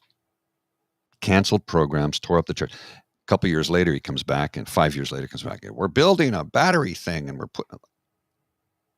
So he can look like a hero, dude. You don't look like a hero by rescuing the child from the house that is burning when you set the fire. Yeah. I broke it. Now watch me fix it. Yeah. Can I has cookie? Can I has Tim Hortons smile cookie? Yeah. Alberta, what the fuck? Seriously. I mean, just on the investment stability issue. What are you doing? You're literally kneecapping your province. Right now you have an investment advantage in that solar and wind is being really well established there and people want to come there. And you're making a decision that's going to allow every other jurisdiction to either catch up or surpass you. Why? Again, you are the people who are supposed to be good with money, according to why? Conservatives have never been good with money. Of course they haven't. We've made the case, but it's like there's a difference between being good with money and being so obviously bad with it. They're good with money if you're wealthy and want your donors to continue donating to you. They're good with money by giving it to wealthy people, giving them programs and giving them tax cuts and finding ways to make the rich richer. That's how they're good with money. But when it comes to actual fiscal conservatism, they're not. And they haven't been for a long time. And there seems to be... I'm not saying they never were. Yeah. But they haven't been for a very long time. And there seems to be this like huge rush to be like reducing standards. So remember in Ontario, Doug Ford is now determining that certain students that when they get to grade 11, they can go out and apprentice into the work world. And there are certain things that they were learning grade 12 and 13 up until now that they no longer need to learn anymore. In Alberta, they are reducing qualification standards for EMS teams. And Nate can speak to that directly. Yes. They've recently announced that they were lowering standards for teachers because apparently they don't have enough of them either. So they're lowering standards so that the more people can actually meet the bar. Well, When it comes to educating children, let's have our educators. Let's have lower standards for educators instead of higher. they're going back to the early 20th century. Childhood laborers. We've already seen it in the United States of America. How soon before we see it in Canada? Oh, right, they've lowered it to 17. So you can go work on a construction site at 17 and don't worry about having to go to school. You're fine. And because you're 17 and you're not part of the union, you're not getting paid union labor wages. You're getting minimum because you're 17 and you have no training. So what Doug tries to make it looks like he's helping people out by giving them a job. The best way to lift somebody up is to give them a job. But Doug, the thing is, if the jobs that you're giving out or handing out or creating, if you want to use that term, have to pay a living wage, number one. And number two, all you're doing is creating a subset of laborers for your developer friends who pay them the bare minimum because they want to maximize their profits. You're a horrible human being, Doug Ford. You're a money-grubbing, money-loving, horrible human being. You are going to get what's coming to you. Might not happen today. Probably won't happen tomorrow. But someday, you're going to have to pay the piper for the sins you've committed against the wonderful citizens of this province. And even the ones who don't realize they've been hoodwinked by you, you are going to pay. We have these comments here. Dougie also removed verification of qualifications for trade, says Linda M. Yes. PNC Bio. Weirdly, I think most conservatives would agree these days that investment is second fiddle to fighting with Ottawa. Yes. Yes. Mm-hmm. Yes. Yes. Absolutely, PNC Bio. Yes. I'm right with you on that one. Apprenticeship was implemented as a way to perpetuate the unpaid labor of slavery once slavery was abolished. Mm-hmm. Yep. And then we created internships. And then the unpaid internship. Mm-hmm. Yay. Yeah. Oh, Be grateful for the experience and the exposure. A lot of people are really trying to get this job. You know, here's the thing with the unpaid internship, which I can't get too personal here, but let's just say somebody close to me fought very hard within the corporation that they work for in a senior management position and said, we're not doing that. They go, well, no, we have to. No, we are not getting people to work for free. That is morally corrupt. It is unforgivable. Our interns will be paid a living wage or we won't have any. But we need interns, then pay them. This is somebody very close to me who fought, and a lot of people pushed back against this person. But this person said, no, that is not how we do business. What are you going to do, fire me? And of course, they can't because this person is in a senior management position and makes them hundreds of millions of dollars a year in profit. So we are going to be the company that pays our interns a livable wage. And fought hard to get that. That pays in the end. There was a lot of pushback. It pays in the end. That's the thing. And this is a person who says, all of that kind of stuff. This is a person who said, you realize the PR we can get off of this, right? Lower HR turnover, happier staff, which are more productive. Like all these decisions to say, hey, we can save like 10 million a year by doing like this, they're all short-sighted. I mean, unless you are severely overstaffed because, you did like that Shopify thing where you brought in tons of people because you said, hey, this thing's going to go on forever. And then whoops, it didn't. Then but unless that, like, pay people well, treat them well. Trust me, we keep on saying it costs far less in the end to do the right thing the first time. I'll give you a, everybody knows that I worked in construction for 29 plus years. I remember once about 15 years ago, I was on a construction site. I knew it was a new suburban housing community. And we were building the infrastructure for a service provider of telecommunication services. and the lines get buried in trenches, and we have to build all the. So we were building the physical layer of the OSI model of the network. And I remember standing there one day in a trench as we're laying the cable down, and I look up at this house. And I was talking to a couple of guys working on the site that were carpenters and that, and they go, "I would not buy a house in this neighborhood." I went, "Why?" And he points up and he says, "Well, look at the brickwork, for instance." I'm like, "Holy crap." He goes, "That was done by an apprentice, and the foreman, his trainer, just let him do it." I'm like, "Dude, that's the crookedest archway I've ever seen in brickwork. I mean, we're talking brutal. It's like I would not pay for that." And the house, I walked in, and the developer used, construction grade lumber, which sure, fine, for studs, okay. Except, well, that's too crooked. Okay, just cut it in half and take another board and nail it together. There's your beam. No. This is a row housing. Where are the firewalls? No brick walls separating the houses. No cinder blocks. Just double drywalling insulation. Cut costs to save money. Cut red tape, remove the gatekeepers to save money, increase profit margins, and screw over the consumer. Yeah. Well, it's what you mentioned there reminds me of a story that I heard. It's going to seem a little unrelated, but I'm going to read this to you. High-profile musicians make all sorts of wild demands about their backstage setups at concerts. Kanye West reportedly requires a barber's chair. Mariah Carey insists on 2 vases of white roses. Rock band Van Halen had one of the most oddly specific requests of all, a bowl of M&M candies with all the brown ones removed. For years, it was seen as complete folly. The band was making a ridiculous demand of concert organizers simply because they could get away with it.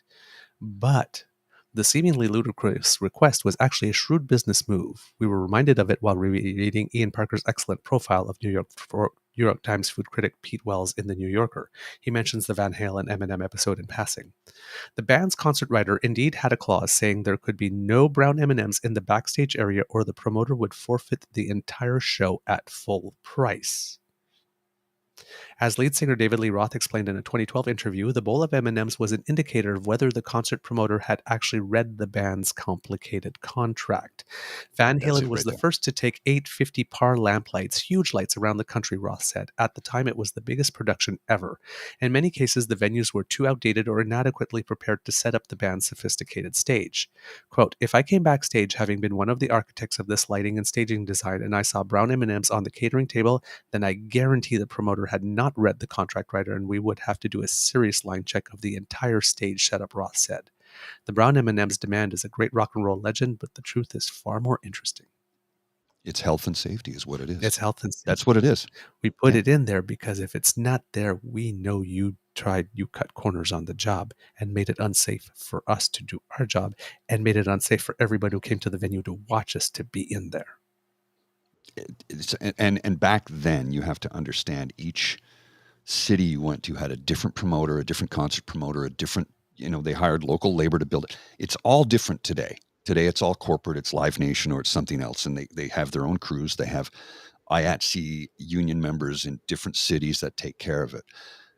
So if you come to Ottawa and you do play a concert at the CTC or Lansdowne or the NAC, you don't need that rider anymore. You don't need that little stipulation in the rider anymore because it's all done by IATSE, which is union work, and they do not cut a single corner when it comes to health and safety of anybody on the site. I know this because a very good friend of mine is in that position, and he says, "No, this is the regulation. We stick to the rule. They don't screw around." And I'm like, you know what? That's good because people's lives are at stake, literally at stake. Yes. Is the stage well built? Are all those I don't know how many pounds they weigh, but those big lights up there, are they secured or will one fall off? Well, they're considerably lighter now because they're mostly LED, but they're still, look at lighting standard falls 40 feet and hits you, you're dead. Yeah. If you live, you're not going to be the same. Right. So, yeah, just sometimes there are things in contracts, there are things in text, there are things in emails and in voice messages and whatnot, or even in job interview questions. I remember once asking someone in a job interview, "What do you think about the controversy surrounding legalizing same-sex marriage?" And then people went in and kept telling me, I was like, oh, why it is they support? And it was like this. I didn't ask you what was your position on same-sex marriage. I says, what did you think about the controversy? That's it. I specifically asked that question. Mm-hmm. See, if you listen, do you answer the question asked? Do you actually listen to the question asked? Or do you just listen for keywords and then go off? It made it very clear, made it very easy to pick the person who would get the job, by the way. People don't listen. All right, so we took a little detour, but that's why I mentioned the M&M story, because you goes back to health and safety, cutting corners, profit. Exactly. If you really like this podcast, you can find us on the Crier Media Network, as well as all Beaver Grizzly friendly platforms. Stars and reviews are greatly appreciated. And because democracy is something that you do, yes, please donate to the Red Cross. Please write your media. But, taking a tip from Kit Dan. If you've got the time, if you've got the motivation, and if you're incensed enough, run for something. Mm-hmm. Run for something. And if you're not going to run for something, if you can't run for something, those school board meetings at which these people show up and talk about pornography in schools and those city council meetings, go to a few of them. And if you hear some people like that talking, then get in front of the mic and talk. Mm-hmm. Because a lot of these politicians base these, as we mentioned, based on, well, as we talked about, right? 2 or 3 letters is all it took to get Premier Blaine Higgs in New Brunswick to do that thing with Policy 713 and trying to out trans kids. Well, had he as it turned out, had he received 30 letters from people, maybe he would have thought twice about making that move. As it turned out, he received 0 letters. Oh, really? Yes. Yeah, it was released in the paper. I actually put it in, I think I put it in the write-up this morning, did I not? He received 0 complaints. Jeez. He made it up. Bill Hogan lied to New Brunswickers. He said he had hundreds of parental complaints that schools kept pronouns secret. Thing is, the complaints do not exist. Okay, I didn't know Never that. happened. I knew that. Well, I reported on that, and then we reported that there was a Freedom of Information request, and 3 came out, including the one with the litter boxes. Yeah. Turns out there was none. There was none. Great. That was in the CDC yesterday. None. Yay! So he made it all up. Just they'll wishful thinking stated as fact. And here's the best part: they're clearly not smart enough to realize they're going to be called out on this. You lied to my face. No, I didn't. I said the truth. I have the complaints. Show them to us. They're here somewhere. Yeah, there's no record of them. But they don't. 0. But they don't care, because even if they get caught, they stand in front of the mic and they do that Danielle Smith thing. Oh, well, I didn't really mean to do that. And I always support the gay community, and then nobody bullshit. And then nobody follows it up the next day. So they do it because they know they can get away with it. Because even if they get caught, the accountability lasts a total of 30 seconds, and once they get through the nanosecond, they're golden again. Well, and remember where the whole litter box story came from, right? Yeah, you told me. It wasn't people identifying as cats. It started out as some classrooms, as a precautionary measure, put litter boxes in the back corner of the classroom in the event that they went into a lockdown because of an active shooter. So instead of urinating in your pants, you could squat in a kitty litter box. Then people said, no, it's because they're identifying as cats. No, it's because gun control in the United States is so piss poor that people are walking into classrooms and shooting up children, murdering children in cold blood. So as a precautionary measure, if the class goes into lockdown, they have a kitty litter box for people to urinate in if they feel the need, because, usually when you're petrified for your life, you tend to lose control of your bladder. Yeah. So, go to these city council meetings, go to these school council meetings, and, bring some friends and be prepared to go to the mic and, provide the ratio. Let the people that are sitting at that committee who are making the decisions know that they're not the only ones who care about the issue. Mm-hmm. It doesn't take a lot of you. It doesn't take a lot. There's not a lot of room in these city hall places, right? So, it's just show up. even if you don't go every week, let's say you decide like once a month you're going to go to something or whatnot, just to be that extra body in the room that's saying boo when one of those people say one of those things or make one of those cases. But it's the only way this is going to change is, if all of us were too busy with our regular lives, decide that we are going to make time for democracy and make it a priority and put it in their schedule. So Kit Dan, again, my friend, more power to you. More power to you. And if we can help in any way, we're here for you. For the rest of you who are watching, we love to hear from you. So if you reach us on our Facebook page at True North Eager Beaver, where soon we probably won't be able to be sharing much more news, but hey, we'll find other ways to get content to you through there. Through our Twitter feed at True Eager, or through Shitter, I guess. Could it start with X? I don't even know anymore. Exeter, Shitter. I'm not sure how to pronounce it anymore now that it's X. Oh, apparently they put that big sign up on their headquarters, the big X sign, and then they had to take it down a couple of days ago because apparently Elon Musk decided to make it a big strobe light, which flashed and disturbed people like at 2-3 in the morning. Idiot. You can subscribe to our True North Eager Beaver Media Incorporated YouTube channel. Please do. That helps us out big time. Make like Kit Lane and smash those buttons. And we can't do this without your kind and generous support. So if you feel that we've done a particularly good show, a particularly good week of shows, and if you're watching, you can scan the QR code that Mr. Grizzly is going to put right by his head. And if you are not watching, you use those lovely fingers on those lovely hands or your voice command to go to ko-fi.com/eagerbeaver, all lowercase letters and in one word.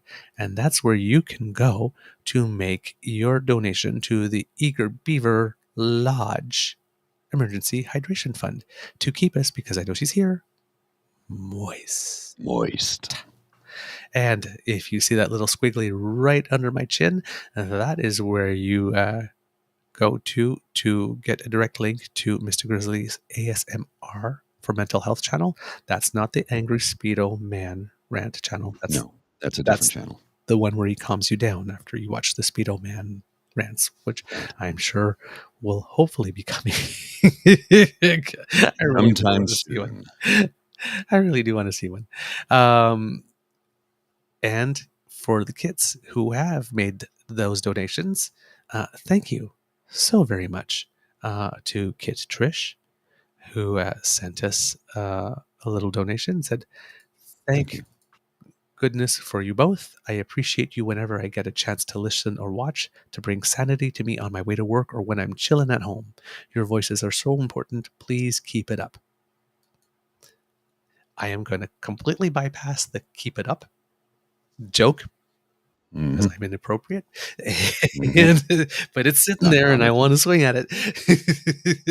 And thank you so very much for the support. Someone scanned the QR code we see. That's great. And also I have Kit Infamous Adam, who also helped us and said, wouldn't make it in the morning without you guys. From Polly's fun and snarky jokes every day to Doug's amazing sense of humor and telling the news in an honest and unbiased view, much deserved. Thank you, Kit Infamous Adam. I'm not sure that my view's unbiased, but I do like to present views other than just my own. Yes, indeed. And I have okay.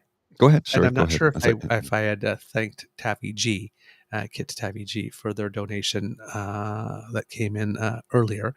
But thank you for your mornings. Thank you for mornings with you and the wonderful Beaver family. Always informative and entertaining.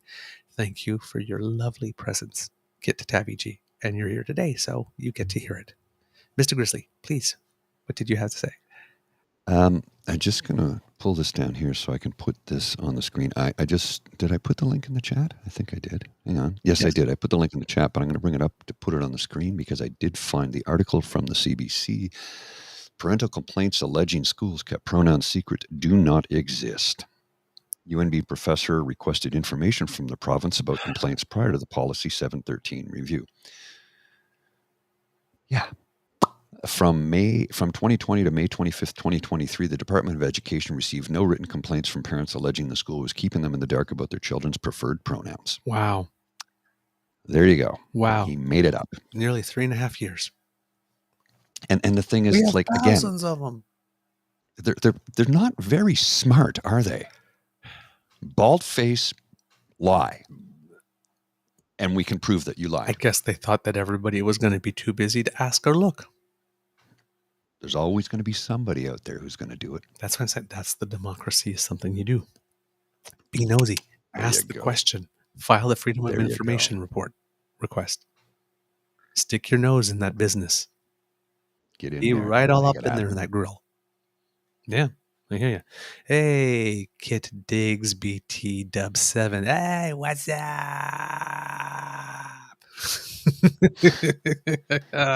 I love it when you show up and ask that. All right. So please make your donation to our emergency hydration fund. It helps us out big time. And thank you to those who, Plain Power donated to the coffee fund. Well, thank you so very much. And hopefully we'll be able to read it on Monday's show for you. Okay. From the Beaver Lodge, this is your Eager Beaver saying, until next time, dear kids, it could be a tough world out there, so please be kind to and gentle with yourselves. And thank you so much for all the love. By the way, Mr. Grizzly, some words of wisdom, please. Well, as you say all the time, democracy is something you do, and we're seeing it in action with our friend Dan, who is about to go out and do some democracy to help his community. And and let's go back to this professor in New Brunswick who said, "I want to know what exactly took place," and called out the hypocritical liar for being a liar. You have the power, folks. We have the power. Let's make it happen. Yeah. Oh, I think this might be the only the first or second time that we've received like a live donation while we're on air. I remember one time I saw somebody said somebody scanned it, but I don't know if they scanned our code or the pod page code. So thank you so much, Plain Power. Thank you very much. And we will definitely read the comment on the next show if you included one with it. And if not, well then you have our thanks right away in real time. We're very, very grateful. Okay, yes. Dan says, roll the credits. Okay, yes, because this is probably the longest outro we've had.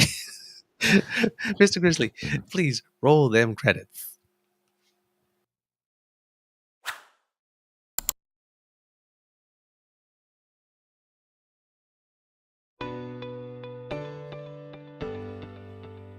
You are listening to a True North Eager Beaver Media Podcast. The True North Eager Beaver podcasts are proudly brought to you by our founding sponsors, the Miss V Mysteries from Corvid Moon Publishing, your source for science fiction, fantasy, and cozy mysteries featuring a broad diversity of characters. CanadianTarot.com, your uniquely Canadian online eclectic tarot community and forum. And the Peppermaster, hot pepper sauces made from fresh farm ingredients to thrill your taste buds and expand your mind.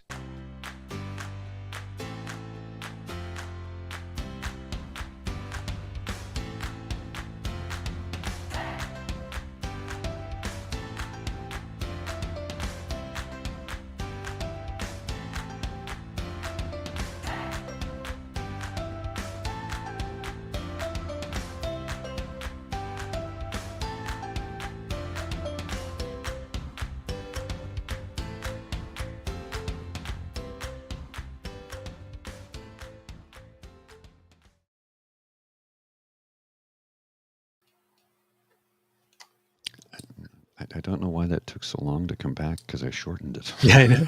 The music didn't speed up at the end either. I didn't have to do this at the end. Oh, you know what I did? I shortened it, but I forgot to download it. That's why I'm playing the old one. Kits, before we go off for the weekend, some personal good news. Number one, our loans have been approved for making the energy efficient changes to our home that we would hope to make. So again, another big democracy, something that you can do, democracy, something you do alert. If you have the ability and can do a little more, given that the climate's going crazy, you can. So we did. So we look forward to putting on some new insulation, getting a heat pump, and upgrading our electrical panel to make the Cool. garage EV chargeable at some point. So yes, we're very happy about that. So if locally you have, if you are able to participate in the Grant Canada Greener Homes project, there's an interest-free loan, I think for 10 years. Where you and I think they can give you up, I think up about to a third of it in advance to help pay some of the down payments for some of the things, and there are some rebates as well afterwards if you meet some reduction standards. And several municipalities have some pilot better homes projects as well at the same time, so you can double them both together and get some good savings. So if you have the ability, please make an attempt to do that. And yesterday, big success. I played tennis yesterday against one of the best people at our club. Oh, I nice. won a game. For the Oh, first cool. time in 3 years, it was not 8-0, but 8-1. Did it. Oh, Did it. Took 3 years, that's but I called did that's called progress. it. That's called On progress. my serve. On my Progress. I got to make a programming note. Monday's show will be pre-recorded. Yes. Because I'm going camping this weekend with my beloved, so I will not be available on Monday. Actually, she says we're going glamping, so I'm going to find out when I get there. Welcome to my universe. Mhm. We'll see what happens when I get there. Glamping's fun. Oh, well, I hope you have a wonderful time. And yes, I think we might be recording that show a little later today to have it Yes. ready for you on Monday. So yeah, Kits will be back. We'll be back with you live Tuesday. If you happen to be in one of those provinces that have a long weekend, enjoy it. Have a wonderful time with friends and family. Lots of love and lots of laughter. Okay? Bye. See ya.